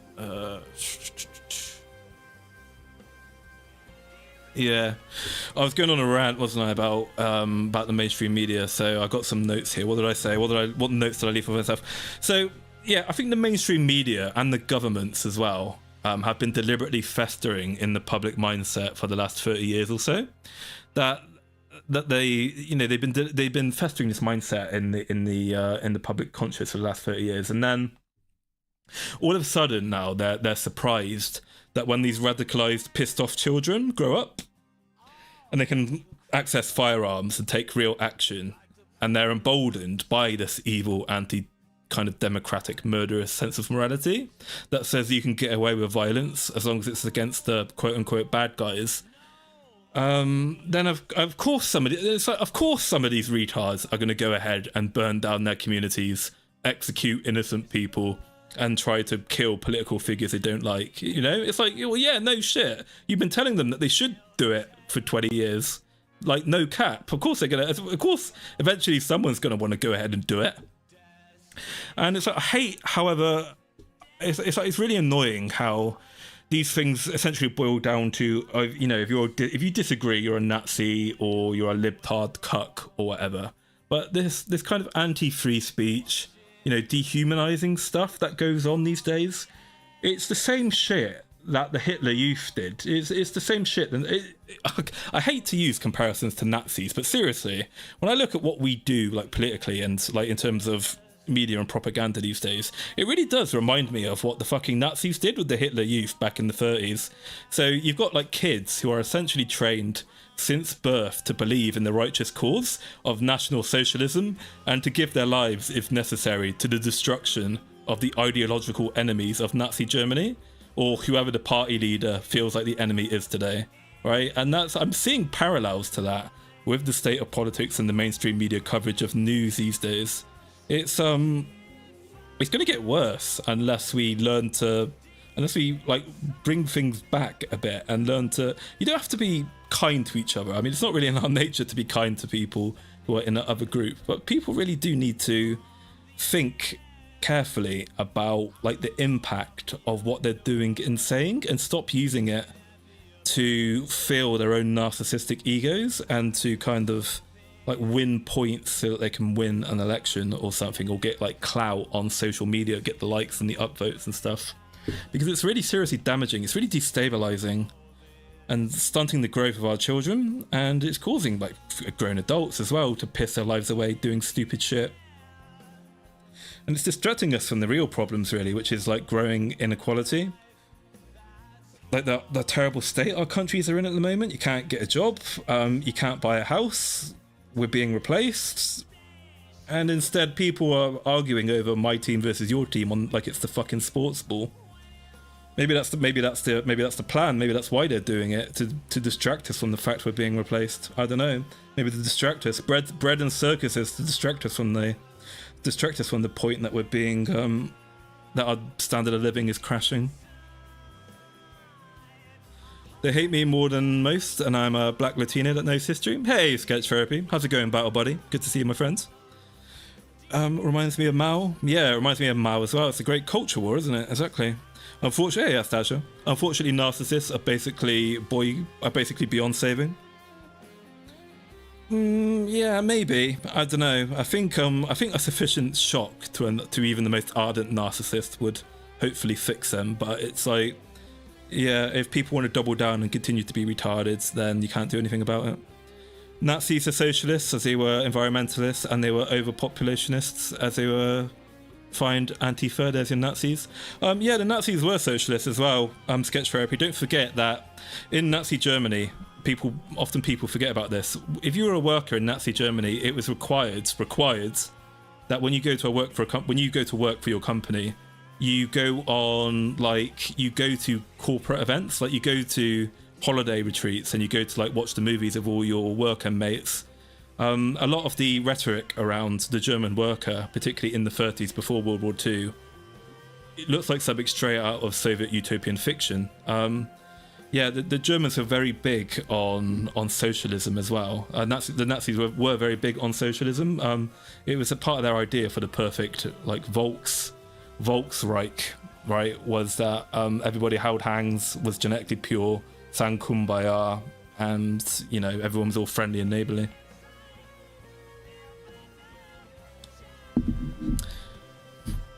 Entertainment didn't become political. Politics became entertainment. We're all doomed. Yeah, you can kind of see this in entertainment with the gradual decline, I guess, of comedians and like satirical comedy. Because if you look at British comedy in the 70s, it started off as like political but sarcastic, not serious like shitposting kind of comedy. And then by the 90s and early 2000s, instead of it being jokes, instead of there being a point to political comedy, it then started to devolve into actual like political points. It became like self-hatred, hatred of your own nation and culture, hatred of certain political, people within society. And it's gotten worse since then. What were originally like jokes and shitposting have become unironic self-hatred. And I think that's where a lot of the problem comes in as well. I think comedy died because of political correctness. That's true. That's very true. I've been on YouTube, right, since 2004. I remember back in my day, back in the glory days of YouTube, you could say the word faggot freely. I still say it now because the word fag, as I said before, the word faggot to me, that's just another word for idiot. Until I get arrested or completely demonetized for saying that word, I'm not going to stop saying it. I don't mean it in a homophobic way. Faggot is a word I grew up with. It means you're an idiot and an annoying person. I like the word personally. But yeah, if you say that word now on YouTube, you just say faggot once, no matter the context, that immediately limits your money. And yeah, it's like these days, if you make racial jokes, immediately people assume you're a racist and that you need to go to prison and that you're basically the devil. And again, it wasn't that long ago, right? I remember in the 2010s, I wasn't old enough to work in the 2010s, but I remember even as early as 2010, you could make racial jokes at work, and as long as there weren't any women around to overhear you, the guys, you'd have a sneaky laugh about it. You weren't racist. You weren't really pieces of shit. It's just part of the natural human condition. We like laughing at people who are different. It's not always meant in bad faith. It's just good humor. Like, I think it's funny when you guys, like most of you guys are Americans, yeah? And when you guys make jokes about British people, the way we sound, our teeth, the state of our country, I think that shit's fucking funny. I think it's hilarious. And I think it's funny when people make jokes. I'm a Christian, right? I'm a practicing Christian. And I think it's funny again when people make jokes that, Christians are all a bunch of pedophiles and shit like that.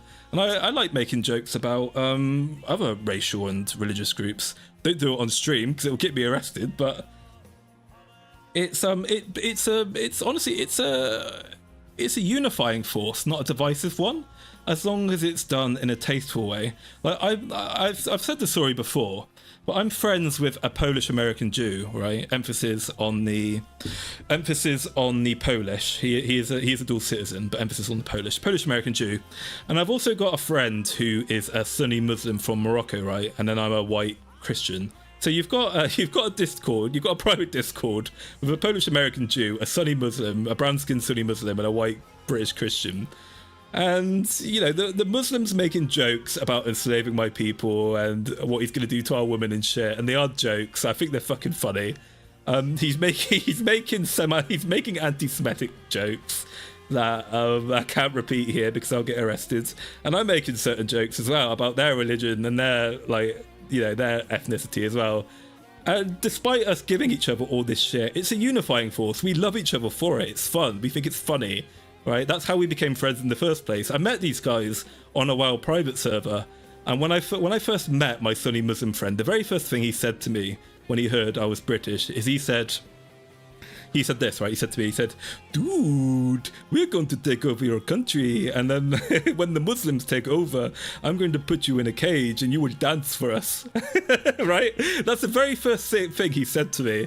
And I thought that was fucking hilarious. So immediately I said back to him, "Oh shit, should I say this?" You know what, I'm going to say it. I'm going to say it, I'm going to do it. So after he said that to me, I laughed. And then the thing I said back to him, I said,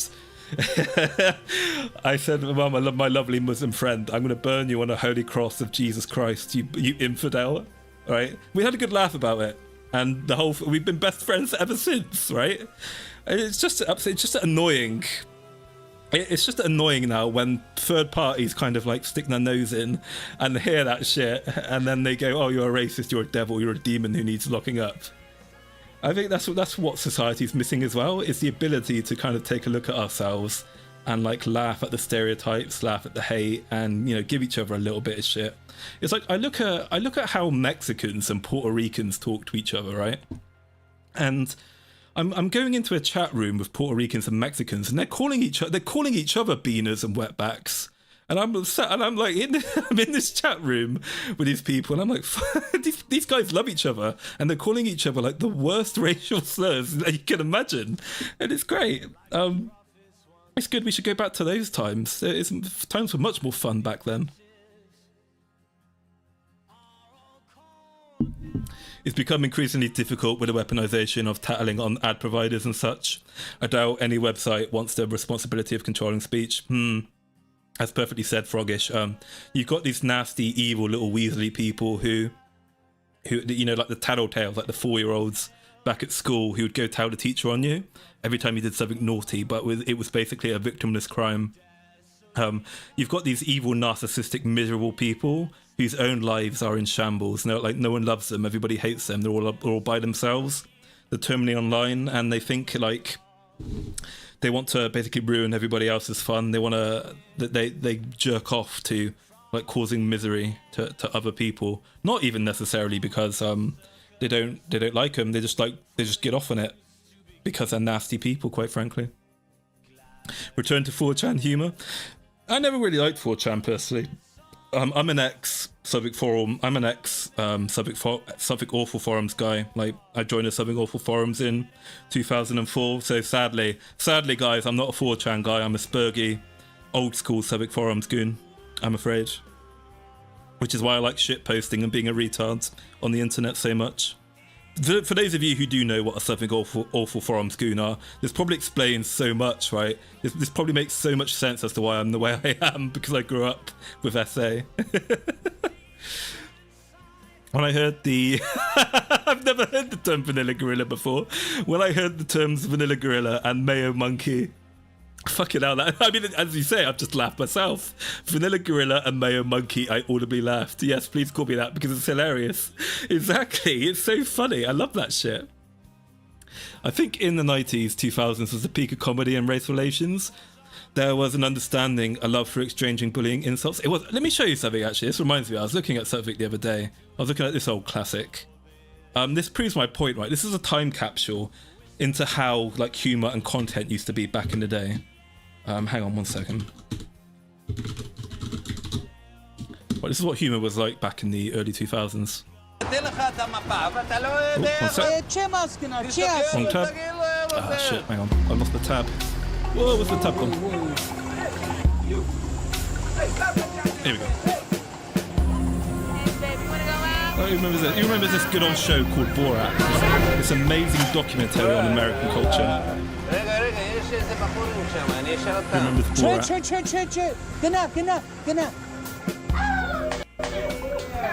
So here comes Borat. I need a direction to California, please. Going to meet some guys from the hood. Who you with? It's my friend Azamat Bagatov. We travel across the Right, got country. Borat going to meet people from the hood. You gotta be talking English around here. Who you with? And You look like Michael Jackson. Beat it. he wins them over immediately, right? He's fucking around. Some white boys like tune up to these guys from the ghetto, and they love him. How can I be like you? But first, you need to loosen up that belt. And they're treating him. They're treating, as far as they're concerned, right? As far as these guys are concerned, they're speaking to some foreigner from God knows where, and these guys are ironically nicer to him than most of the so-called like privileged Americans that he meets in the street. But after he's done talking to these guys, right, he turns up to this really fancy hotel and he says this shit. He turns up looking like a gangster. What's up with it, vanilla face? Me and my What's homie up with it, vanilla Azamat just face? parked our slab outside. We're looking for somewhere to post up our black asses for the night. So bang bang, skeet skeet, nigga. You could say that shit freely back in the day. Bang bang skeet skeet, my N-words. That's gone now. That's so funny. The black guys themselves love this shit. You can't do it anymore now because it's offensive and racist. Terrible. Bang bang. I really wanted to say it there. I can't say it. I think if I do say the polite N words, even that will get me in a lot of trouble. So I'm not going to say it. I'll say faggot, but not that words. Anyway, let's continue on with Trump and shit. Where were we? Actually, no. I think that's basically everything I wanted to say on the actual political situation of the Trump shooting. Is there anything else that you guys wanted to talk about in regards to like the actual political situation with Trump before I get on to the content creators and like the state of Twitter after after this stuff came about? I don't know if there's any other points you want me to cover about the shooting. Frostback for Canadians. You being a goon explains so much, actually. It does. Here's the thing, right? People talk bad about the Southwark Awful Goons, and for good reason, right?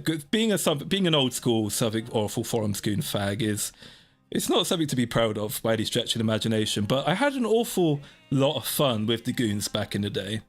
For whatever you think about the goons, we had a tight enough and nice enough community that we could play video games together and form some really solid like goon only groups, and like how you could even meet fellow goons in real life if you wanted to without worrying about your PERSEC or OPSEC. I think the successor to the Something Awful forums these days is probably Kiwi Farms is the closest thing to a true successor to Something Awful forums, but obviously by the nature of what Kiwi Farms does, you can't like form big solid video game groups like you could with SA on Kiwi Farms, because people dox you just for the fucking hell of it and ruin your life because it's funny.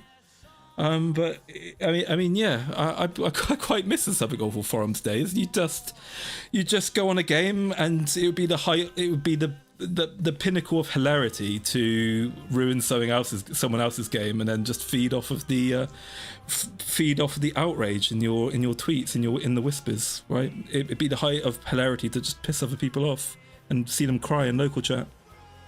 Simpler days. I don't want to know why the "ga" became a bad word. Yeah, and back in my day, again, back in like 2010, white people could get away with saying the "ga" variation of the N-words, okay, but now we can't even say that anymore, apparently. The funny fox woman with desk ketchup was how I watched the first presidential debate back in June. I'm not turning on CNN. I mean, you should never turn CNN on anyway. CNN is shit.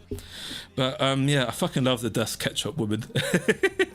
What makes Kershaw such a great like political commentator is that she isn't some kind of like nasty, egotistical chud who's like high on the smell of her own farts and doesn't have her head up their ass.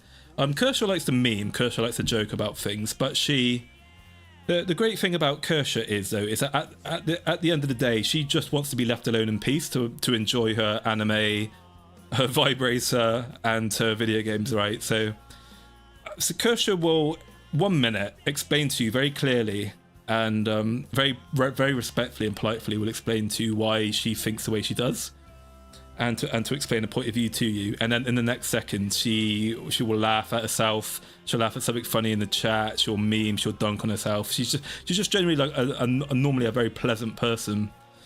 And the problem is with a lot of political commentators, I find, is that 5 seconds into the video, that they've already lost me because they're playing these like ridiculous characters that are just so unlikable. I mean, I think Paul Joseph Watson has kind of fixed his game a bit. But does anyone remember old Paul Joseph Watson when he'd start every video with, "Well, imagine my shock." He'd do that, and immediately I'd turn it off and I'd be like, right, fuck off. I'm not watching this shit. I'm not watching it. Fuck off. Who the fuck are you? Piss off. Right, I'm not watching this cunt. Right. And then, imagine my shock. The fucking wokies. It's like, please fuck off, dude.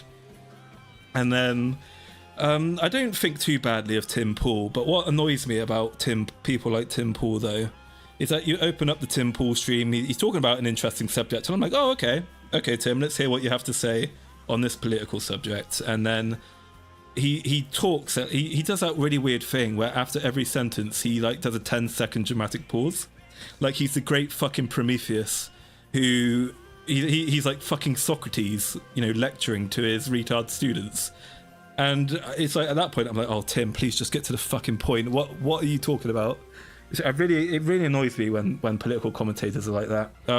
People like Jim and Kershaw are really good at like delivering their piece because they get to the point, they speak quickly, they get to the facts, and in between that they laugh hysterically and meme shit, right?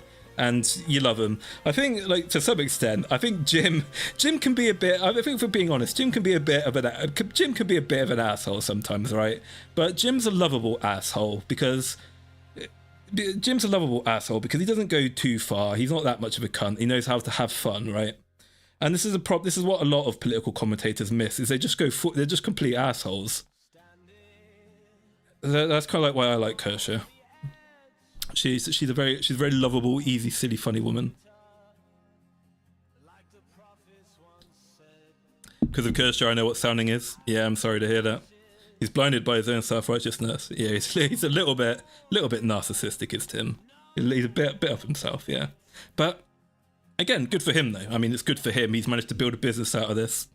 And even if I don't like his delivery, it's good that he's out there trying to, you know, spread the good word, as it were. How many times has Tim mentioned Civil War since the shooting?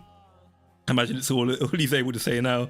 Yeah, he said it a lot, didn't he? Even before this whole Trump thing. Every time you turn on a Tim Pool stream, he's saying Civil War. This is going to cause a civil war. Jim is God, no debate. Jim is not your daddy. It always amuses me, like seeing the relationship some people have with like online content creators. I don't get too attached to like e-celebs as such. But like Daddy Jim and the whole Daddy Jim, I guess, cult, it intrigues me. So anyway, yeah, so I'm moving on now to, I guess, some of the bad actors in content creating and VTubing in particular. So I'll open up this tweet here from Twicky. She's Tricky, who's since deleted it. This is a archive that Rev says Dezu managed to acquire. So this is what Tricky said, right? We've got dissension in the ranks, boys. Got people being held to account within VTubing. So Tricky Wee, who's a kind of YouTubery kind of person, I guess. I think she does Pokemon content as well. As I said before, I don't VTubing is LuTubing isn't my cup of tea. I don't watch LuTubers. I don't like LuTubing, so I don't watch people do it. So I don't know much about Tricky. But after the shooting, Tricky, who's a very big VTuber, said, "Remember to always shoot your shot. Surely you won't fucking miss." I don't know how to decipher this one. At first, I thought this was just like a joke that landed poorly, and I'd be willing to give her like the benefit. I'd be willing to give her a lot of sympathy. For saying something in the moment, right? I've made jokes. I've made tweets in the past where I thought everyone's done this, right? Everyone has made a tweet, you've made a comment, you've made a joke that you thought was hilarious and a great idea at the time, and then afterwards like the next day you think, oh fuck, I probably shouldn't have done that, and it's too late now. Everyone's seen it and they're giving you the third degree, and you go, oh, I know, I shouldn't have done it, I'm sorry. And so normally I'd be willing to like take a look at what Tricky said and be like, yeah, you know what, Tricky, I've done the same. You know, shit happens, whoops, my bad, right? But unfortunately what poor Tricky here did that really pissed people off is that she doubled down, which is what you don't do. And she said, I don't give a fuck, the unfollow button is right there. Which has basically destroyed her ability to backpedal at that point, and tried to backpedal, she did.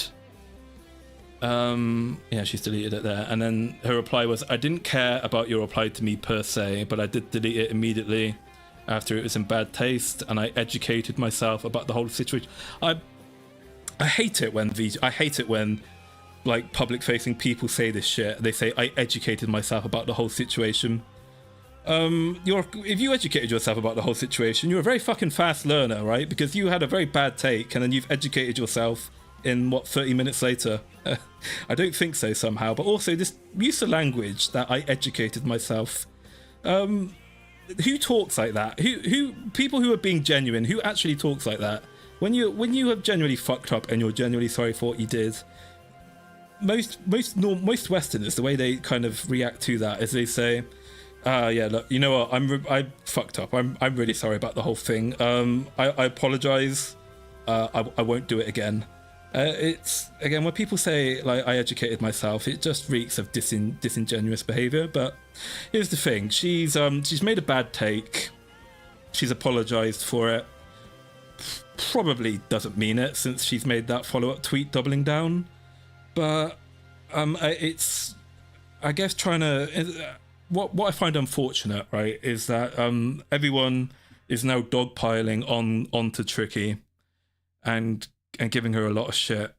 I mean, it's literally deserved, but I think that it's one of those things where you have to decide for yourself whether what she did is bad enough to, if you are a fan of her, for example, to unsubscribe, and like whether you think she should be outcasted from the quote-unquote VTubing community.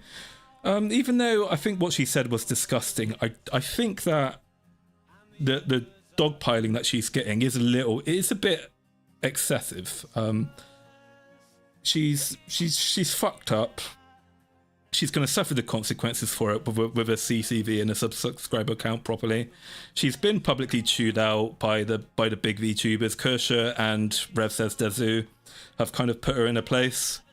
I think she should be given an opportunity to genuinely learn from it and not do it again, even though her mask has kind of come off a bit.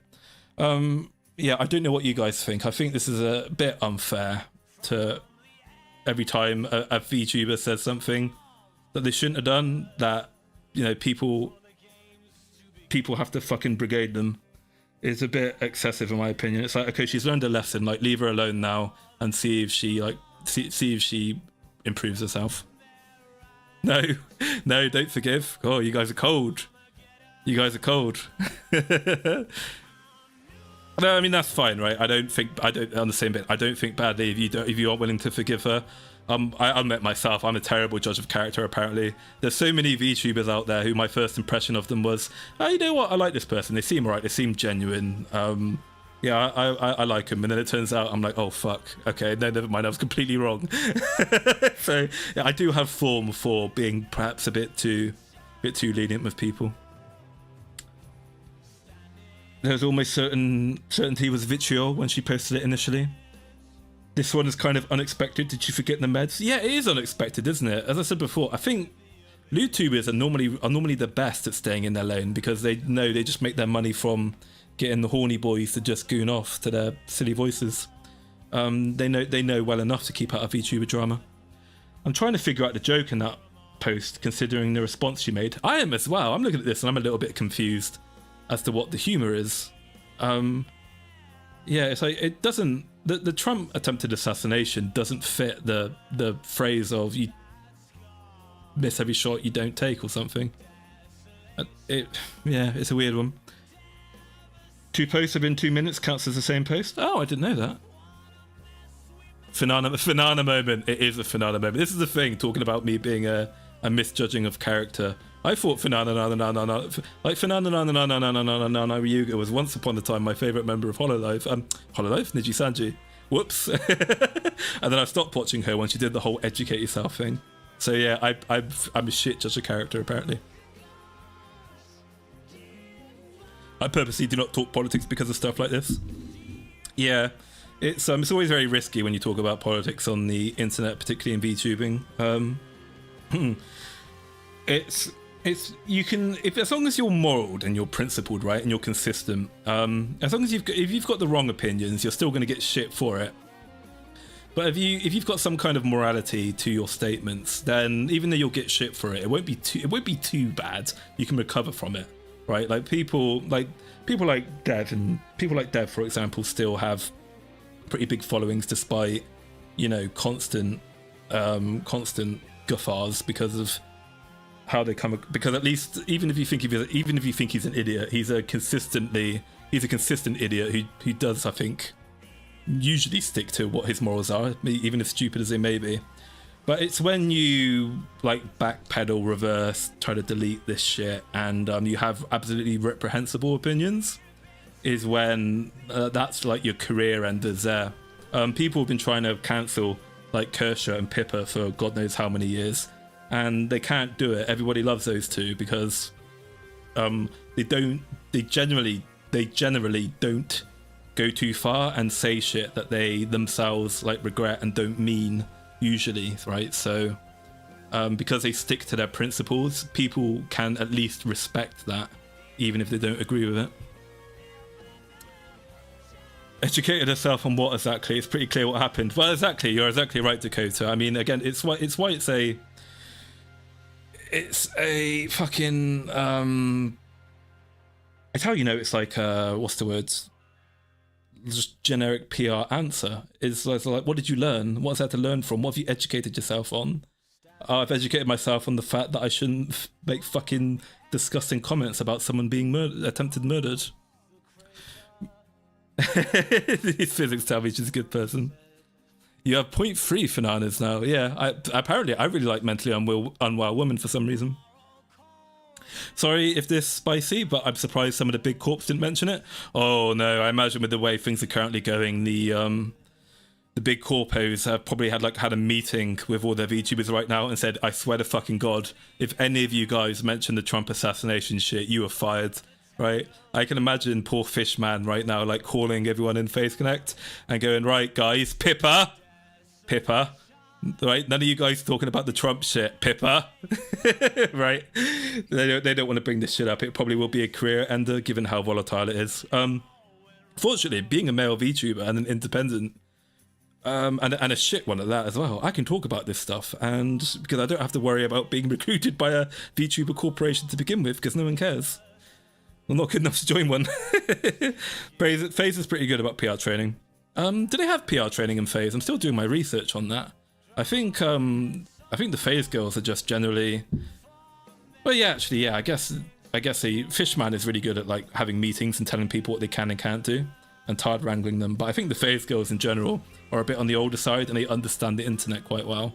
I think what people don't realise is that a lot of VTubers in the corpos, even the older ones, even the ones who are hags, haven't actually been on the internet that long despite their age, so they don't understand the age-old rules of the internet, which I myself constantly break as well, by the way.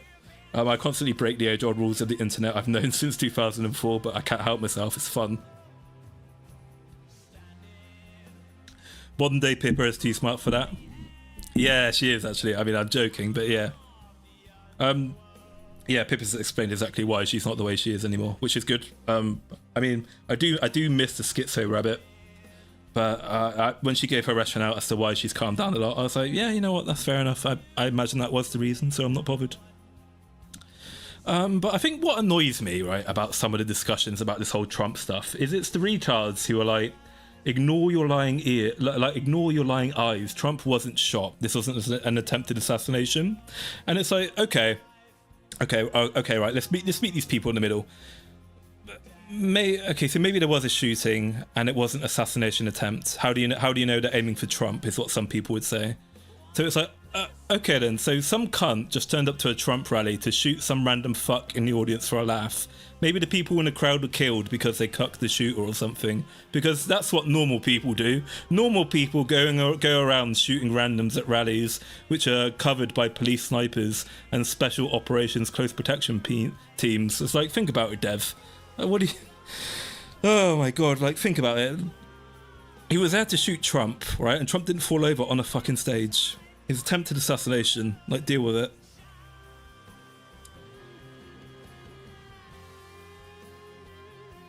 Can't break Rule 30. Oh my god, why are we talking about Rule 34 now? Good lord. I'm afraid some of them are going to have a woman moment. Lumi, perhaps. She's a smart being, but she's really unpredictable. I'm so glad you said that. I'm glad someone else recognises the fucking hot potato that is Kaneko Lumi, honestly. As I've said before, the next big yab from Face Connect is going to be Lumi's doing, not Pippa or Temba. But watch out for Lumi. Lumi says the most based, cancelable shit sometimes. She says it out of nowhere and she gets away with it. It just flies under the radar. It always impresses me how she gets away with it. Dev said that? Yeah, when the shootings first started happening, and we even had the pictures of Trump bleeding from the ear, his first initial takes were like, oh, well, no, hang on a minute, guys. We don't know what really happened here. We need to get the facts first before we start talking about shit. And I think Red Goliath, actually, that's how I saw it. Red Goliath, if you're still in the chat, called him out for his bullshit on Twitter, which is how I saw it. Luma's the biggest yeah, but anyway, I think that's basically everything I wanted to talk about for today's Trump stream. I wanted to talk about the fucking ridiculousness of the political situation. Talk about how we've got. I don't mean to just pick on Tricky. There were loads of V-tweeters and VTubers coming out as well to also cry about Trump. About Trump not being killed. Hang on, let me see, did I bookmark any of them? Let me see if I managed to find some of them.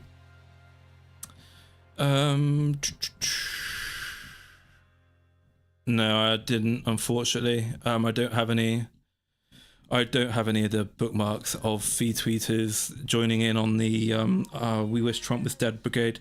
But yeah, this is the thing, guys. I take it I don't need to explain to you people, of all people, but if you are like a massive piece of shit who thinks that people deserve to die for stupid reasons, keep that stuff to yourself. You live longer, you won't ruin your career, and you won't out yourself as being a piece of shit. And you should probably, it's not just about hiding that shit from the world, you should probably reflect upon yourself and think about what it is about yourself and in your life which leads you to think that, like, family people with kids, husbands, wives, why you think it's funny that they're, when they've essentially not really done anything wrong, why you think it's funny that they get killed. You should probably take a look at what causes you to think that way. People like people who think like this, right? They're virtue signaling and they're clout chasers. They don't actually appreciate you coming out and saying these things. They'll eat their own. They'll gladly eat their own, right? Today you say fuck Trump. Today you say, oh, Orange Man bad. I'm glad the Orange Man is dead. Whatever. And then in the moment people give you a clap, and then, you know, a year later they dig up your old Discord DMs or whatever, and you said something fairly innocuous, and then you're next on the chopping block. Yeah, I think people need to go outside more, get a hobby. Work out, maybe exercise, learn combat sports. That's what I did. Go do K1 kickboxing and sports sambo. Good fun, love that shit. It really detoxifies you. Gets the disgusting McDonald's and fast food chemicals out of your system. Makes you learn to love yourself. Makes you comfortable in your own skin. Makes you just generally a happier, friendly person. Yeah, don't try to limit yourself to no more than 1 hour or 2 hours of social media a day. Your mental health will really appreciate it. Conflict abroad is peace at home. Really applies to what you're saying. Yep. A few of those pointed out by libs of TikTok have deleted their videos this morning. This is the thing. This is the thing. Don't try not to. I understand that. I've done it before. Try not to say shit that you don't genuinely mean and can't stand by. That's part of the reason why I changed my. It's part of the reason why I stopped doing the meme videos on Niji Sanji, because I felt like it just didn't feel right to make videos essentially grifting off of a drama that, you know, grifting off of like a current drama in the VTubing sphere. I want to make something that when I put it out there, I don't want to take it back down again, basically. So I've tried to make content like that since the whole Niji Sanji drama thing, and that's kind of, I think, what a lot of these people need to do as well, is they need to go, right, I need to calm down a minute, think before I press that enter button. If I press enter on this video, if I send this tweet, am I gonna want to take it down again in an hour's time? If people push back against me, if people give me shit for this take, can I stand by it? If not, then don't do it. Right? Simple as that. Maulington, my lad, you're like that guy who runs the firm for his local football club, but for Face Connect instead. Hell yeah, that's exactly what I am. I've been saying it since fucking, when is it? I've been saying it since August last year, boys. Face Connect is going to be the number 2 EN VTuber corporation. Niji's time is up, unfortunately, by their own doing. Face Connect stonks, Face Connect domination, Face Connect to the moon. No one's beating HoloLive. HoloLive is always going to be the best. They deserve to be the best, because they are the best, but I do prefer Face Connect obviously over HoloLive, and I'm just hoping that as Face Connect continues to grow and become successful, that it does not become just another VTuber corporation, that they don't lose their identity. But obviously I'm not going to talk about Face Connect anymore, because even though I'm just some random retard on the internet, I'm just some random individual dickheads. You know, there's a lot of schizos on the internet who will be like, oh my god, you're dragging Face Connect into this shit, and I'm like, I'm not. We've got no affiliation. They don't endorse me. I'm not bringing Face Connect into anything. Shut the fuck up, you retards. Anyway, yeah, unless you've got anything else you want to talk about, guys, that's basically it for today's stream. That's it. I've got nothing else to talk about. Yeah, do you want to leave it there? Look, once in a while you need to poop. Everybody poops when you do poop on Niji Sanji. Yeah, I mean, I'm still gonna make the odd meme on Niji Sanji, but I think to like capitalize on its downfall, to you know, for the funny numbers, is a bit. It doesn't feel like genuine. It doesn't feel right. It makes me feel ashamed of the video. Hag Connect rules. Oh, the Yoda meme. Thank you, Red Goliath. Thank you very much for the $2. Good chatting with you as always. Thank you very much, Bursim. Thank you for showing up. Yeah, so that's basically it for now, guys. I'm going to raid someone else in a second. But before that, I promised Red Goliath I'd do my Yoda impression while saying something. Red Goliath, I've lost the thing that you wanted me to say, I think. Can you can you DM it to me again, please? Can you send me the message on Twitter or something? This Yoda thing. God, I'm sweating buckets. I need to learn how to cool down.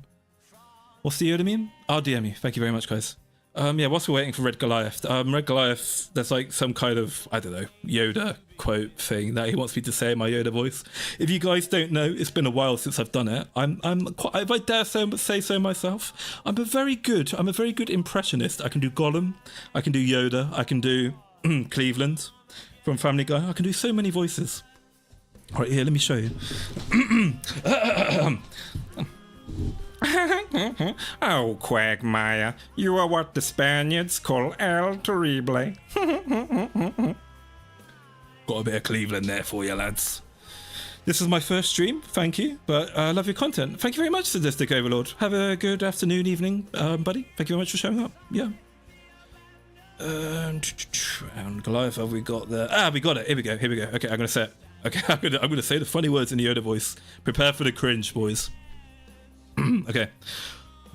Yes. Die, many more witches must. Run them over in my Honda Civic, I will. Powerful VTech is he, Powerful VTech. Do or do not, there is no try. There we go, there's my cringe going away before we end the stream. Let's see, who can we raid? Is Kersha streaming? Is a funny fox woman streaming? she's not streaming. Let's see. Yeah, looks like there's no one to raid. So yeah, I'll end the stream here, guys. Thank you very much for showing up. Thank you very much for the thank you very much for the time. Have a good evening. I'm gonna shit post on Twitter in a minute after I've had some dinner. Oh, hang on. What year is your Honda Civic? This is important. I don't fucking own a Honda. Do I look like a Honda guy to you? I'm rich. I'm rich. I can afford a real sports car. Buy a Honda Civic. You enjoy your budget slow Honda, poor boy.